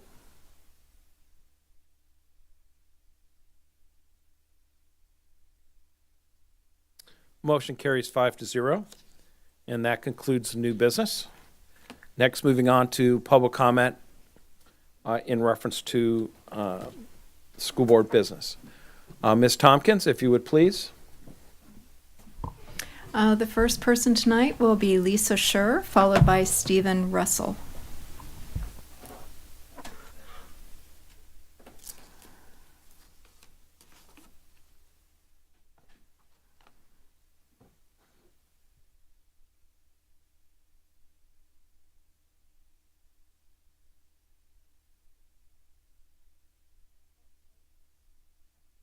On microphone, please.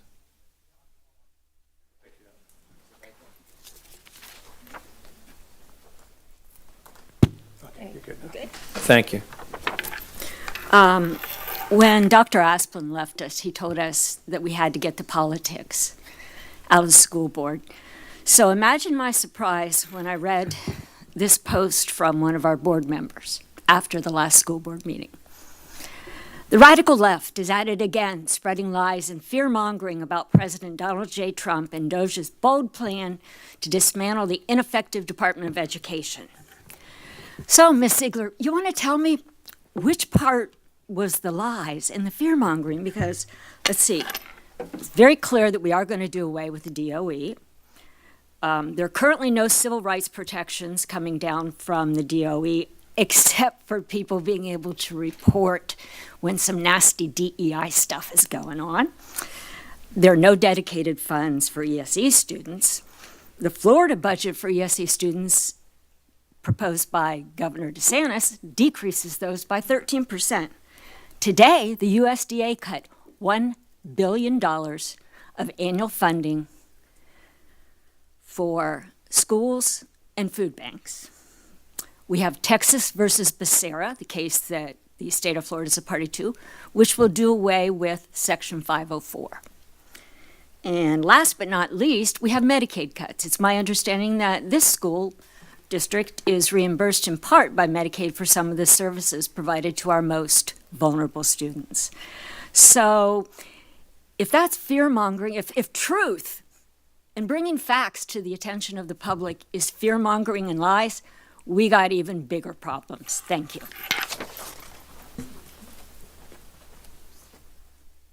Stephen Russell, followed by Robin Williams.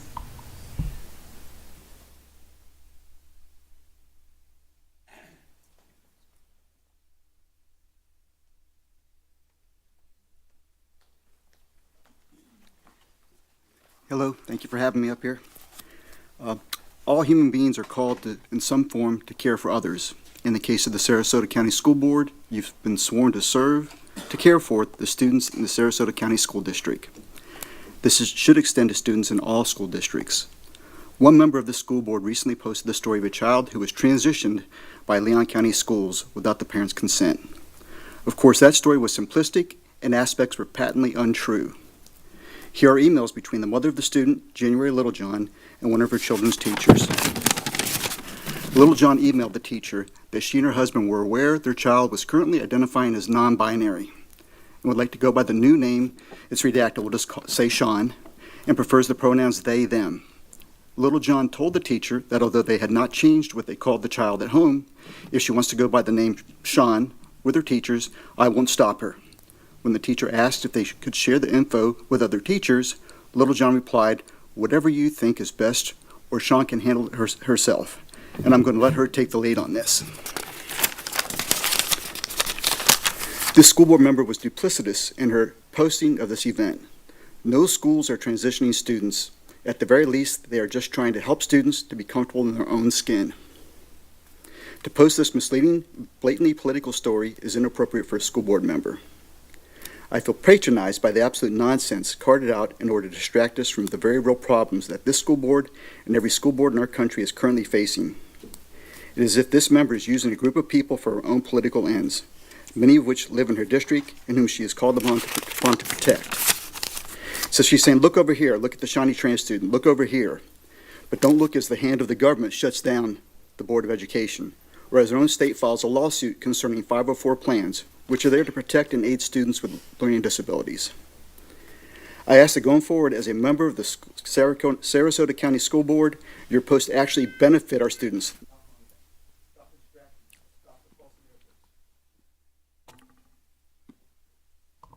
Robin Williams, followed by Carol Lerner.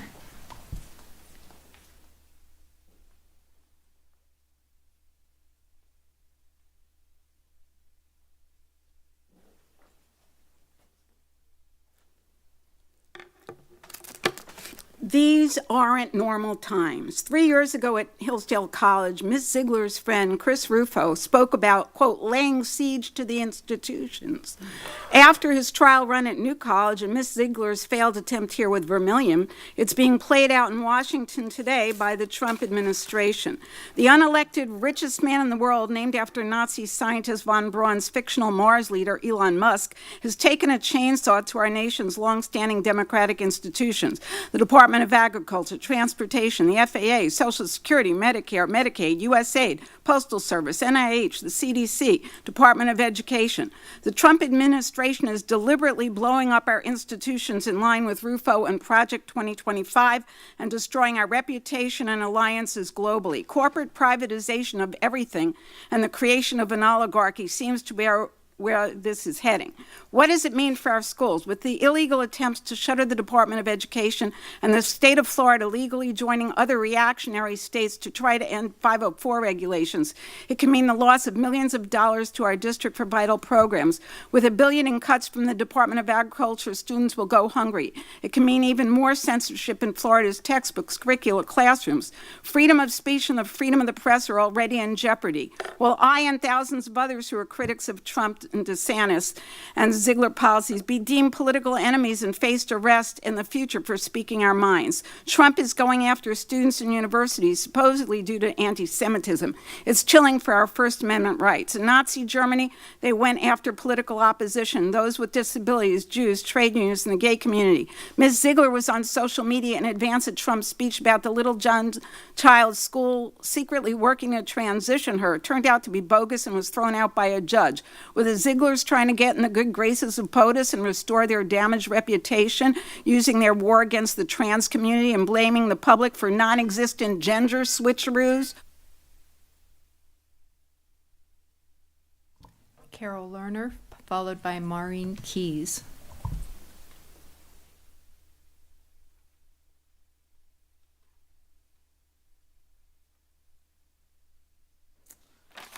Okay, I'm going to go off script because I want to comment on the earlier discussion on the charter school potential hiring. I think that's good. I like the clarification. But really, to be honest, that's small potatoes in terms of the whole privatization issue. Symbolic, but that's not really our big concern. Tom raised the big concern, which are the vouchers. That, as a school district, we should be very, very concerned about. But I'm also concerned about the for-profit charter schools. I have a friend who's an insider in the charter school movement, a good friend. And what I was told is that we're not going to have any more of the mom and pop charter schools. Some of the very good ones. I love the Dreamers Academy very much. What we're going to have are these mammoth for-profits. We already have them. The last two applicants, Charter School USA. Back in 2018, I was very much part of the leadership to keep Academica, the very largest for-profit management company, out. I think they'll become knocking on our door again. I know that the existing Charter School USA, they plan to add high school, middle school and high school. That's going to take really huge chunks. And these are not just normal charter schools. These are quite predatory. They suck millions of dollars in all sorts of schemes. So that I really think as a district we should be concerned about. I'm also glad to hear about the advocacy. What I was going to, well, anyway.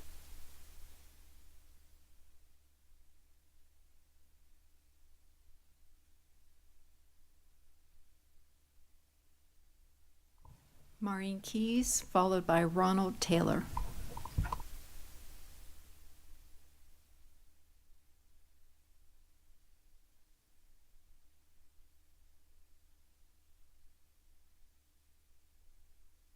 I am Ronald Taylor, speaking for my wife as well, Maureen Keyes, who could not make it here tonight. My wife, professor of exceptional education. Maureen Keyes could not be here tonight, but wants me to tell you that we're involved with the local advocacy group in its efforts to support funding for special education programs, child find, early education, etc., in the Sarasota County's public schools.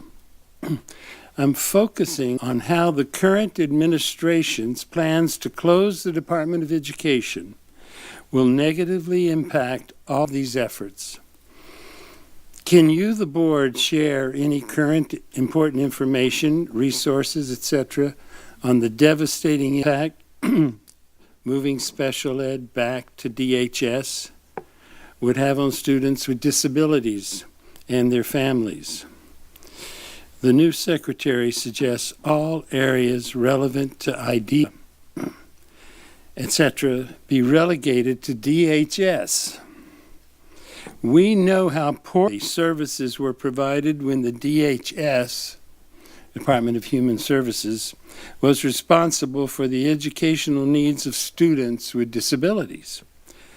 So Maureen and I are stressing how ineffective services were before the Department of Education took charge under IDEA, Individuals with Disabilities Education Act. And in particular, I have a son who is a graduate of Milwaukee Public Schools, and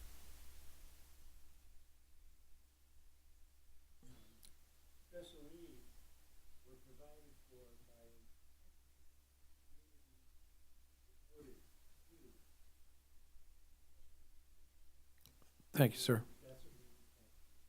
Thank you, sir. Deb Hayes, followed by India Miller.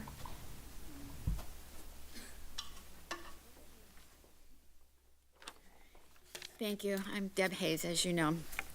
At the conclusion of last meeting, I was particularly distressed. Board members implying that members of the community were not using credible information, were not truthful, and trying to invoke fear really hurt, because I know personally I spend a lot of time in vetting my sources when I come before the board, and I would know others do the same. After the meeting, I was able to look at documents that the board had in their possession prior to that meeting, and it was very clear in that documentation from the governor's proposed budget, and I'm quoting, "There would be significant decreases to the educational enhancement allocation and the ESE guaranteed allocation, i.e. our students with special needs and special learning needs." That was coming from the governor's budget. You had that in your possession. So the information that was being brought by community members was in concert with that. So I'm missing something. We've talked a little bit about the threats to public education.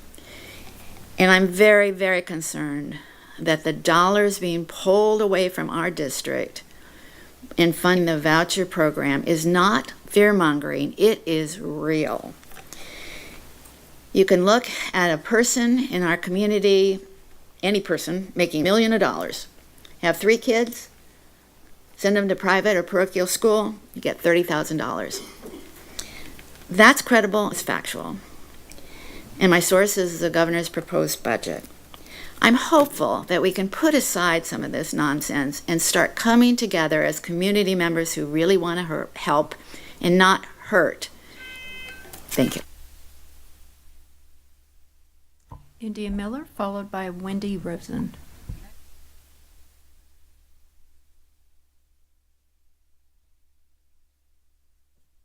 Of course. Can I say suicide and homicide, or is that not allowed? Of course. Okay. Serious question. Sorry, Bridget, that you found that funny. I find you funny. Actually, I don't. Okay, am I on? Yes. Hi, my name is India X. Miller. I'm a graduate of Florida Public Schools. I'm a citizen of Sarasota, I'm a taxpayer, and I vote. My mom was a teacher. I have several nephews and nieces who are teachers. I volunteered as an ESL tutor to teach English to immigrant students when I was in my 20s, porque puedo hablar un poquito de español, which I'm very proud of. I have a developmentally disabled sister, and I'm a survivor of both suicide and homicide. I have worked in corporate America, and I have had clients of mine that were strategic relationships, including the Institute of International Education, the Fulbright Scholarship Program, GED testing systems, Education USA, Graduate Management Admission Council. And I'm sharing all of that because I'm often portrayed as that crazy-haired purple trans woman by members associated with the school board. You say you definitely want to hear from us, Superintendent. Do you? I've heard you say that you'll stay here till midnight if we want to talk. And then you reduce the number of times per month to 2 minutes. I get 2 minutes to speak on behalf of LGBTQ youth who are attempting suicide every 45 seconds. 45 seconds. How many of these kids, this band, do you think are going to be LGBTQ youth, whether you allow them to be or not? Children are dying, and your school board member is posting anti-trans rhetoric nonstop on Mother's Day, mocking transgender women. While the Sarasota school paper or newspaper is telling you that 62% of our kids that are LGBTQ youth in Florida don't feel safe. They're actually quoting bills that were advanced by this woman who is such a hypocrite, who is such a fraud, who is such a charlatan. I want you to have the courage to send a letter to the governor and say, remove this woman, as you unanimously supported doing. Robin, I'm told you're a good person by people I trust. I don't feel like I've been treated like that by you, honestly. I've seen you say you uphold the law. I've seen you shred the law, like literally tear paper apart, like a Wolverine. But I believe you're a good person. Tim, I believe in you.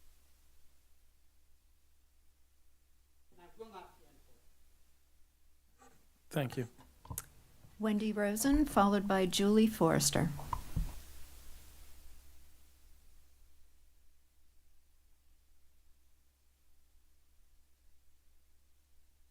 Of Education was closed today at 6 o'clock. 4,400 people were summarily dismissed. So there's no fear-mongering here, it's real. Mr. Connor, this community would like a seat at the table when you decide which poor children won't get free or reduced lunches, which disabled children won't get support services, which schools will be closed, and which teachers will be axed. Every person here tonight really cares. We take the time to listen, to workshops, to research, to attend board meetings. We want to help. At the last meeting, we asked you to reveal your Plan B for dealing with budget shortfalls. We've heard nothing. Other superintendents engage with their community members to find solutions to their problems. Faced with a budget shortfall and the closure of several schools in Duval County, Superintendent Bernier held town hall meetings to gather feedback and address concerns. He approached local leaders for advice. He didn't carry the burden alone.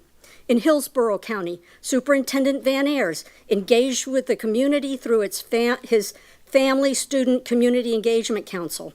His openness to collaborate is a key component to his success and the success of his schools. Last year, 17 out of 18 magnet schools in the county were awarded the National Merit Awards. These schools were recognized because of their commitment to high academic standards, curriculum innovation, successful desegregation and diversity efforts, and strong parent community involvement. Mr. Connor, Sarasota County has 27 magnet schools, and only one school, Pineview, qualified for the National Merit Award.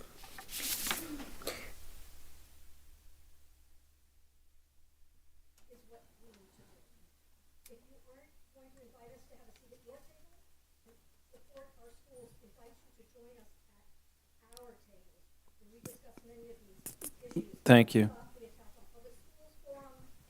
Thank you.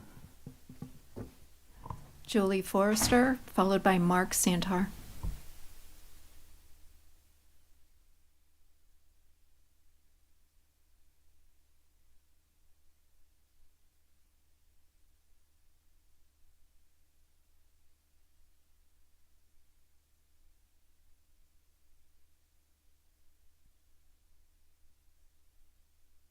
Good evening, board members. With so much uncertainty at the state and federal levels, now is the time to expand, not limit, public engagement. Providing more public engagement opportunities is crucial, not optional. The trial of one monthly meeting has failed. As a parent myself, I can tell you firsthand that meetings have become longer and less accessible for parents, students, and community members. There was a parent at this meeting tonight for the first time who wanted to speak but couldn't stay because she had her young son with her and had to get him home to bed. When this change was made, we were promised alternative ways to engage, but no alternative engagement opportunities have materialized. The result is less transparency and less accountability. South County residents face geographic barriers denying them equal representation. Holding one meeting in South County each month is a fair and practical solution. However, we need more than just opportunities to speak. We need to know that you are hearing us. I have a 6-year-old son who used to purposefully ignore me to the point that I actually had his hearing tested just to confirm that he didn't have hearing loss. He didn't. That's how it often feels when we're talking at these board meetings and getting no response. Restoring our meetings, as we have been recommending, is an easy way for you to demonstrate that you value and are hearing our input. This isn't just about logistics, it's about democracy. With funding threats looming, regular access is vital. Restore 2 monthly meetings and show you are really hearing us. Thank you. Mark Santar, followed by Janalee Heineman. I'm Mark Santar. Good evening. Corruption is dishonest conduct by those in power. At Booker High School, there was an investigation of stolen basketball event ticket money. The cleared athletic director stepped down. Riverview High School staff then put him in as athletic director for Riverview. Lately, the practice at Riverview is to fill team positions with outside academy members that indirectly pay a coach's family. The coach disallows regular but higher skilled Riverview High School student to compete with academy members for Riverview High School team positions. The latest victim of unfairness received death calls on his phone, texted by an academy member. The victimized student then exposed false team/mass match outcomes that benefit academy players' leverage for admissions to college and sports. All these many details and more were told to Dr. Megan Green and Superintendent Connor 1 year ago in a 40-minute meeting. Since there was inaction, a 10-page recap and follow-up of the meeting was mailed and emailed several times to everybody up here over the past year. The boy's doctor says that the boy needs answers for psychological well-being. Dr. Green says she doesn't know what rehashing the past will accomplish, then promises answers but then fails to answer. Courageously, Ms. Barker asks Superintendent Connor to answer the boy that's been suffering for 2 years. Superintendent Connor fails to answer the boy's 3 questions needed for his health recovery and for Riverview to recover from corruption. Please be the hero for this boy and this county. It's time for the public to take action if there continues to be inaction. God, please help Superintendent Connor and Dr. Green make corrective action now. Thank you. Janalee Heineman, followed by Molly Young. Hi, I'm Janalee Heineman. Our 2 youngest grandchildren attend Riverview High School. Our daughter works at a Title I school, and my husband and I volunteer at M.E. Booker School. Under normal circumstances, once-a-month meetings may have been enough for school board meetings, but these are not normal times. I think it's important that the school board meetings go back to twice a month because we're in such a tumultuous time. The entire Department of Education could be dissolved or greatly reduced. The regulations and mandates for school changes on a frequent basis. Funding for public schools are at a grave risk. All of this turmoil is leaving our Hispanic parents of students afraid, our LGBTQ plus students demoralized and at risk. The parents of our special needs children, if they're not already worried, should be. Our minority students finding that their history has been rewritten or erased. This is leaving teachers, students, their parents, and vested community members confused and overwhelmed. They need a place to be educated on what's going on and to be heard. You need to know you are working for them, not against them. You need to help us wade through these unsettling waters. Thank you for your consideration. Molly Young, followed by Sebastian Martinez.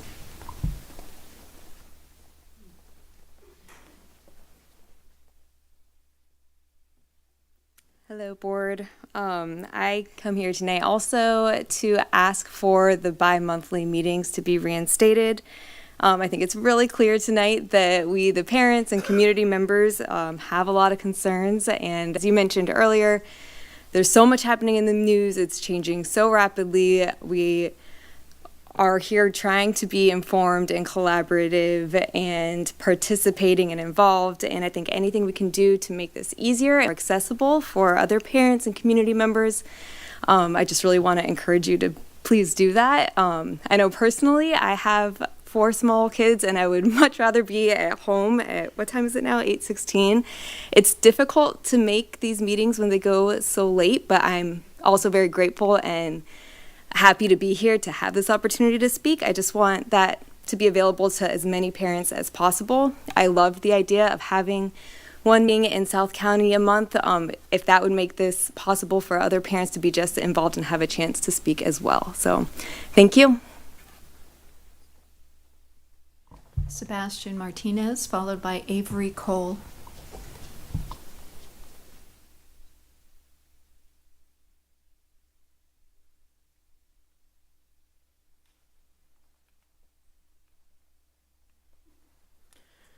Good evening, board members. My name is Sebastian Martinez, and I am a proud graduate of Booker High School.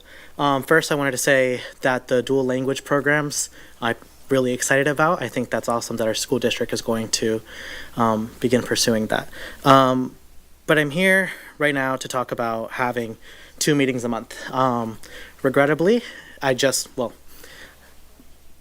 with hindsight, I know that I could have made my Booker High School SAC meeting. I decided to come here to speak, did not get to attend my SAC meeting. I'm really happy to be on Booker High School Student Advisory Committee. There's a lot of initiatives that I'd really want to spearhead at Booker High School.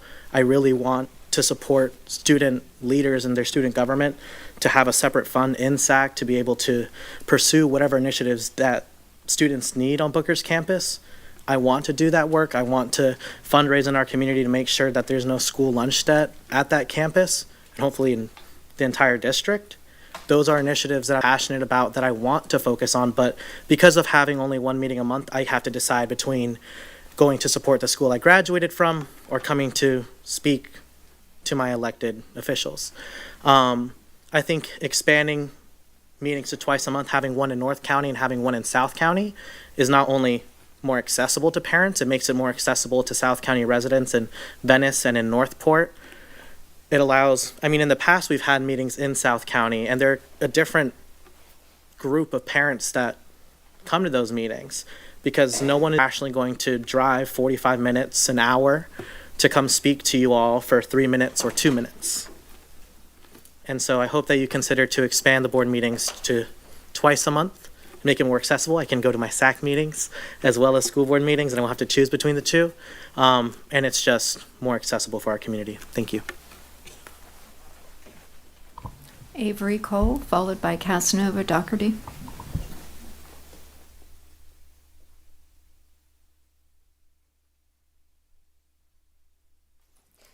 Good evening, board members, superintendent. My name is Avery Cole, and I'm a proud sophomore at Booker High School. Mr. Superintendent, in December, you proposed a new board meeting schedule, which reduced our meetings to once a month, and no alternative schedule was provided. The public was rightfully upset about this, so you responded to our concerns by explaining the rationale behind this decision in an article posted in the Herald Tribune. I would like to draw everyone's attention to the E in rationale. You say, and I quote, E, evaluate after time. While it is easy to criticize changes based on assumptions and emotions, it is important to allow this adjustment time to demonstrate how it can improve effectiveness and promote alternative forms of authentic public engagement. If this approach negatively impacts transparency or participation, it will be re-examined based on evidence. So let's look at some evidence, shall we? At the December 10th school board meeting, a majority of the comments asked for the meetings not to be limited, and ever since, the public has been asking for our meetings to be brought back. This new schedule negatively impacts transparency and our participation. At the December 10th meeting, it was said that after 3 months, we would revisit the schedule, and we'll see if it works. Well, time's up. It's March. It's been 3 months, and we want our meetings back. We want them to be brought back to twice a month, or we want our friends in South County to have a meeting closer to them, so they can participate closer to their homes and lives, because we all have lives outside this boardroom. Thank you so much, and have a great evening. Casanova Doherty, followed by Alan Pollock. The first meeting of this school board session, after running on campaigns of promised transparency, accountability, and community collaboration, the first action that was taken in this boardroom was to reduce the number of meetings of this board to 1 per month, held here at the landings. I'd like, as a member of the community, to ask you to consider returning to the prior meeting schedule, and extend a meeting into South County. The trial of the reduced meeting schedule has shown to be ineffective. One meeting per month is simply not sufficient to address the growing concerns and needs of our district and restricts public access to have their voices heard by the board. When this new change was proposed, we were promised alternate forums, virtual town halls, opportunities to be recognized and heard, but these opportunities have largely not yet been implemented. In addition, this schedule is not accessible to residents in South County. It's a long drive to get to a meeting at the landings from South County, takes time from people who don't have the ability to dedicate a whole evening to attend, and it restricts access for their voices to be effectively heard as well. They are in equal parts members of our community who should be recognized just as much as the rest of us. Please restore the meeting schedule to two meetings per month and lend your ear to the voices of South County. Thank you, board. Once again, have a good evening. And I would like to actually just kind of say my sibling signed up for public comment at the general comment section, but they weren't recognized. Their name never made it onto the board. Their name is Alex Doherty. I'd like to kind of put in a request that they're allowed to speak as well.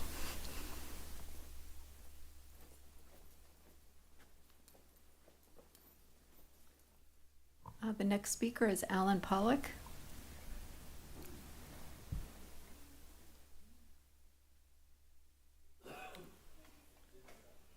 Hello. So my name is up there twice. Alex is more than happy to take my place. Good evening. I'm here as a concerned community member and former Sarasota High School graduate. As the board reconsiders the school board meeting scheduled at just once a month or twice a month, I urge you to think about what true accessibility looks like.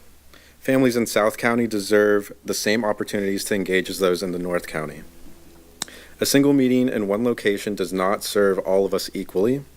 By holding two meetings, one in North County and one in South County, you ensure that every parent, student, and community member has a fair chance to participate. Representation should not be a matter of convenience. It should be a commitment to equity. I ask you to all keep your promise to all of us. Thank you. And Alex Doherty will be the last speaker tonight.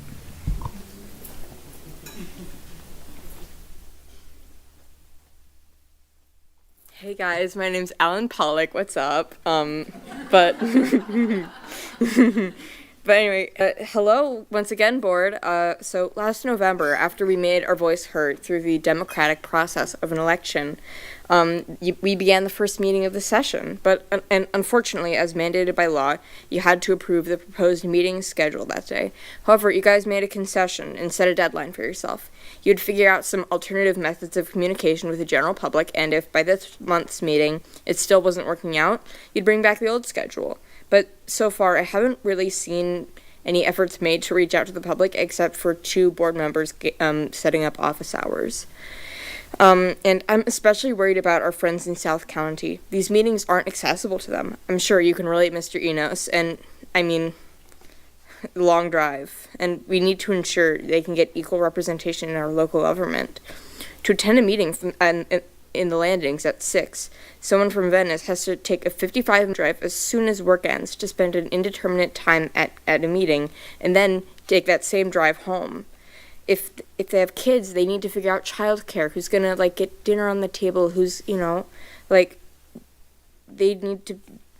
have a lot to figure out, and so it really places a lot of stumbling blocks. It places a lot of challenges for them, and so we need them to have an equal voice. They are your constituents just as much as we are, and so I side with the idea of bringing back the previous meeting schedule, but with a slight adjustment. Half of the 6 o'clock meetings should take place at a high school in South County, as many school boards do have their meetings in the gymnasiums of high schools. And I think that would really be beneficial to making sure that everybody can get equal representation. Thank you. Thank you, and that concludes the public comment at the conclusion of the meeting. Let's now on to board member comments. Any board member would like to go first? Ms. Marinelli.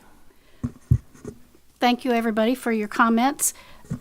You know, many of our schools, especially this time of year, have many presentations and programs, and we all kind of split them up. But I just wanted to do a little shout out for the ones.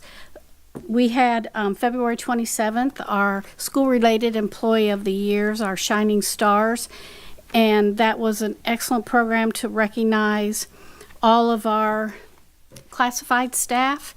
And I believe it's Pamela Smith from, she was our Sarasota County School-Related Employee of the Year. So congratulations to her.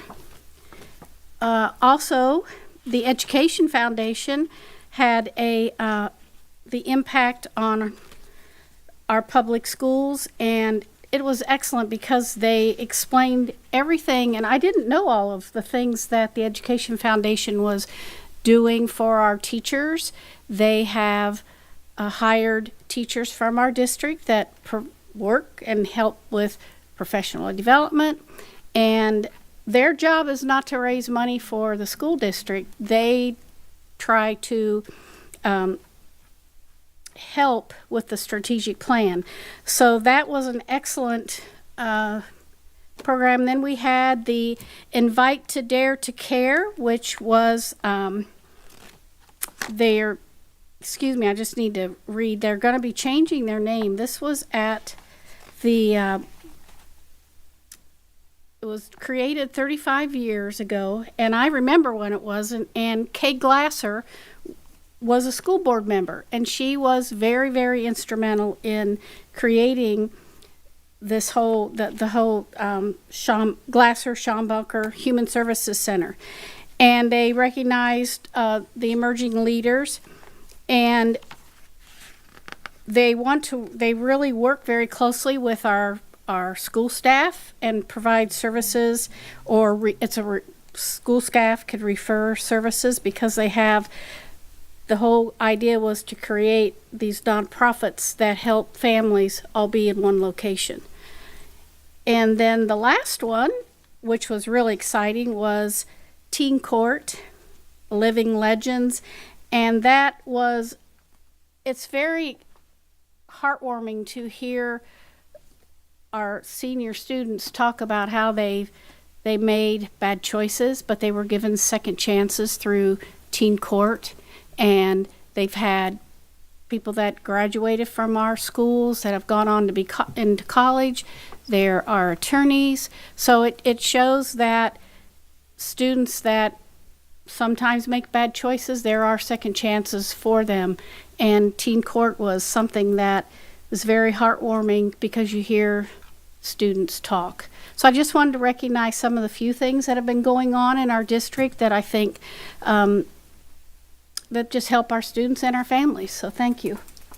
Thank you, Ms. Barker. Thank you all for being here tonight. I really appreciate your time.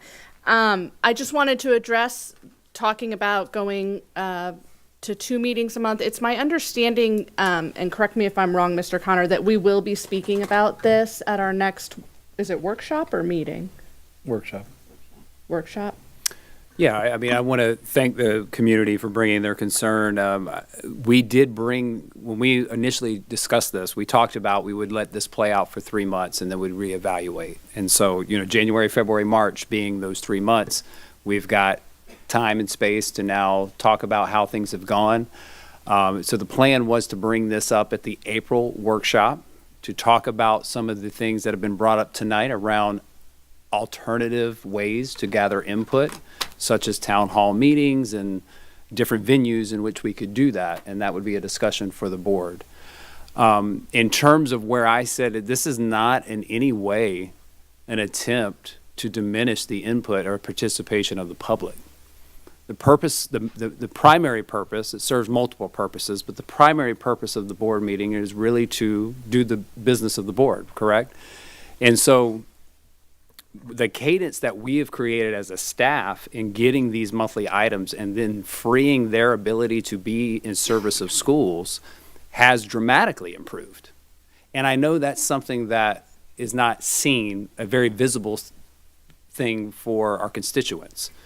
But any one of these staff members will tell you that that cadence of those preparing for a monthly meeting, the work that goes all in behind the scenes to prepare for a meeting like this is very extensive, time consuming, and it really directs our resources away from the classroom. And so that was really the intent. When I talked about this brings efficiency, you may not see that visibly, but on the inside where the team is working collectively to put these agendas together, that's where the efficiency and the effectiveness comes in. And that has been a huge success over the last 3 months. But there's other purposes for a board meeting. It's for our constituents to obviously speak to the board, to speak to the superintendent, and an avenue to share concerns. And we have some committed people that do that each and every time we meet. We want to make sure that that's upheld and then expanded in alternate ways. I truly believe, and this is just my opinion, the board ultimately can weigh in on this. I think there are better ways to get genuine conversations going around some of the topics that are of mine.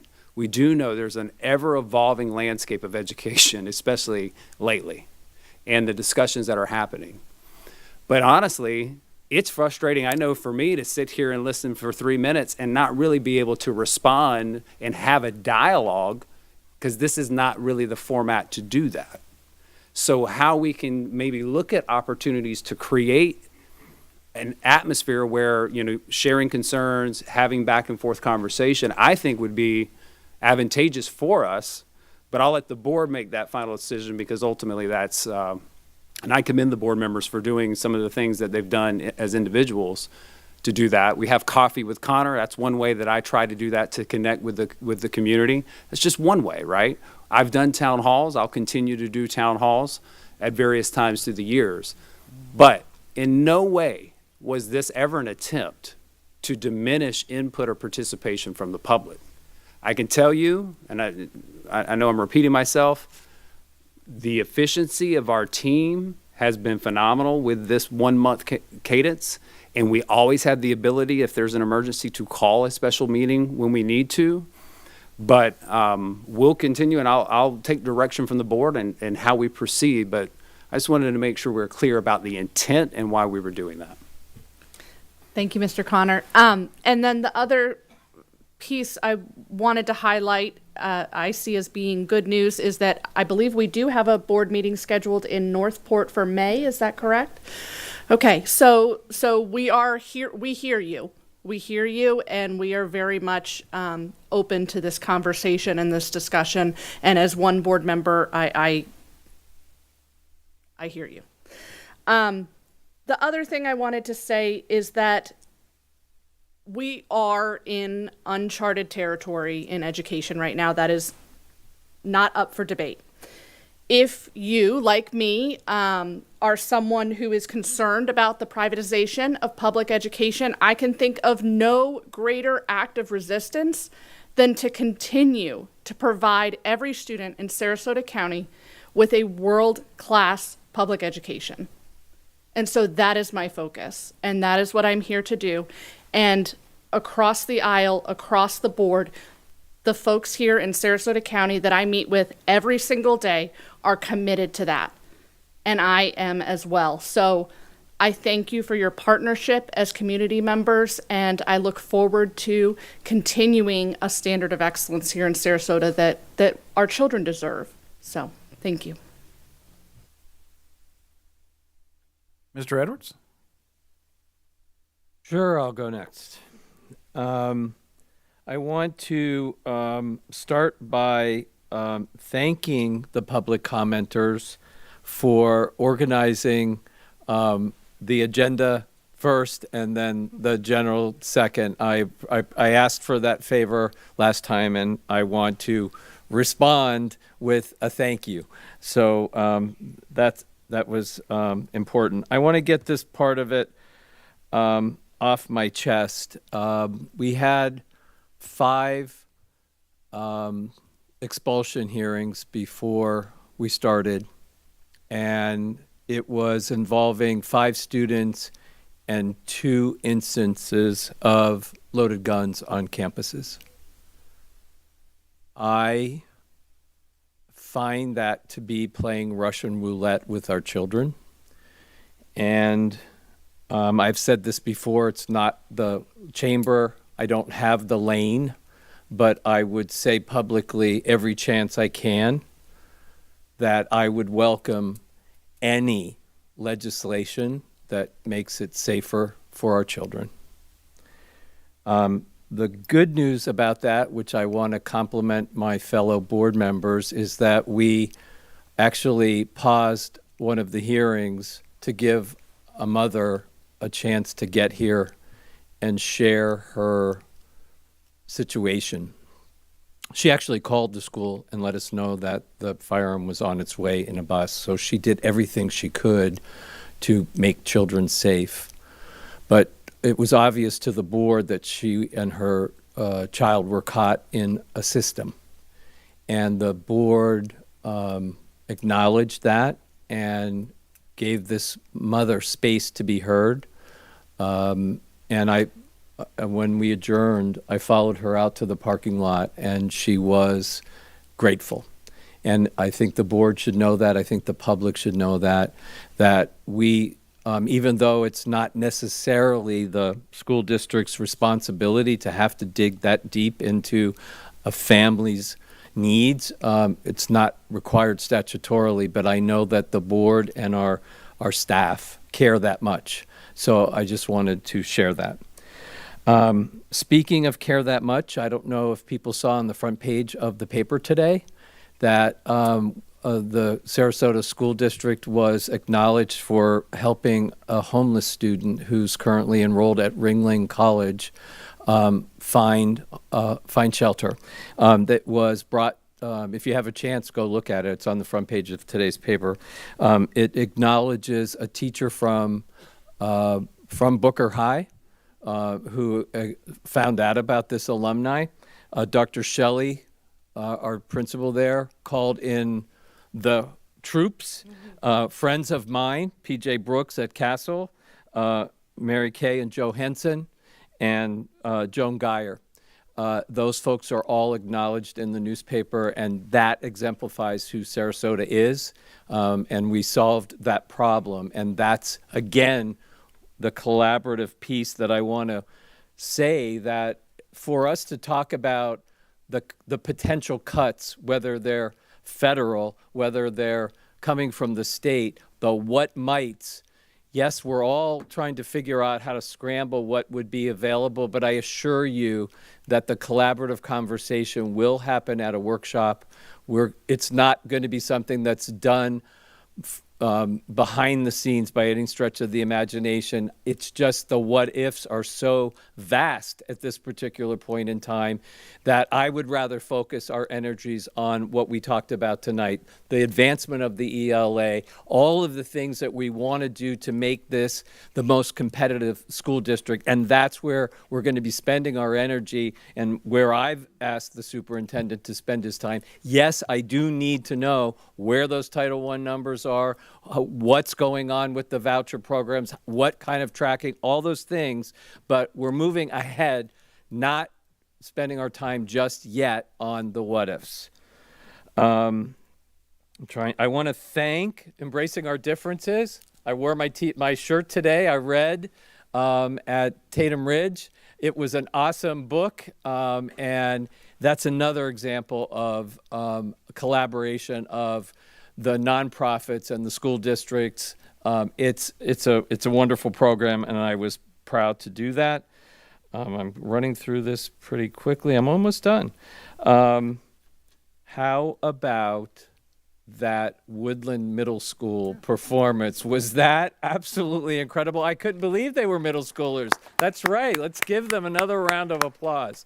And I don't know if you could see from where I was sitting, but the kids themselves were actually having a good time. They were grooving to the music, and that's what arts does. That's what and I'm so proud of them. That was one of the best performances in the boardroom since I've been here.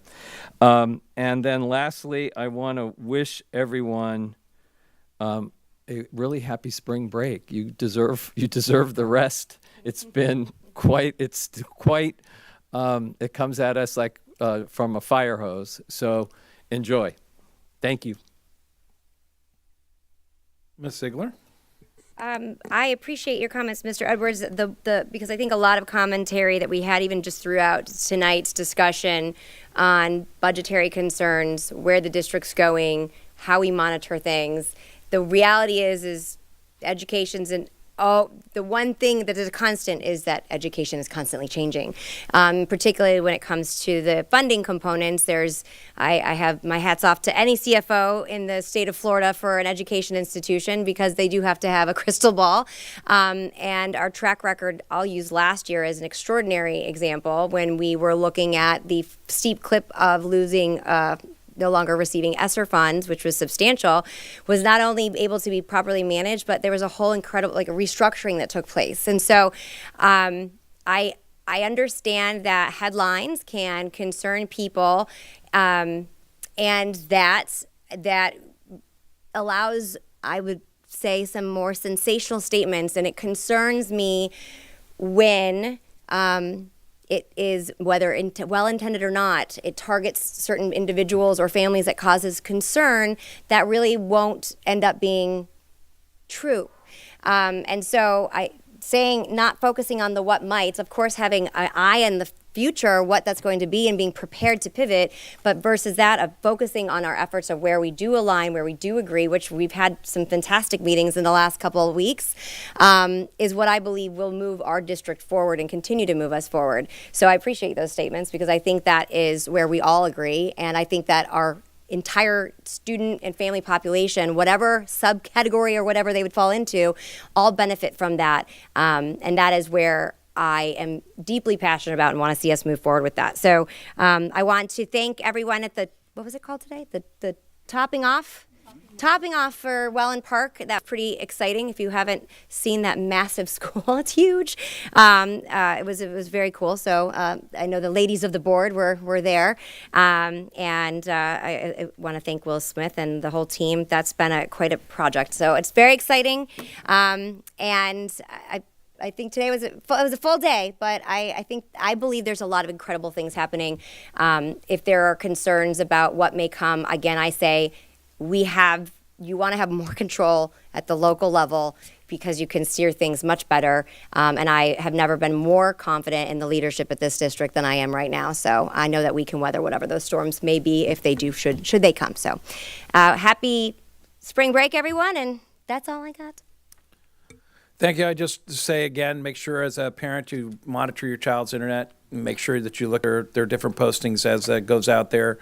Education Weekly does a great job in reference to school shootings, and they have it updated, as well as, there's a lot of other things that happen during the school year that goes on. So make sure that you have a safe spring break. Monitor the internet. I know we have at Perry University, we'll be having an internet presentation there. That's going to be spectacular. Moving forward, our next monthly work session is on April 1st. Our next school board meeting is Tuesday, April 15th at 6 p.m. And just as a reminder, May 20th, the board meeting will be held at Northport City Hall Chambers at 6 p.m. With that, we are adjourned until April 1st. Oh, we're together on April 1st? No jokes, Mr. Jokester.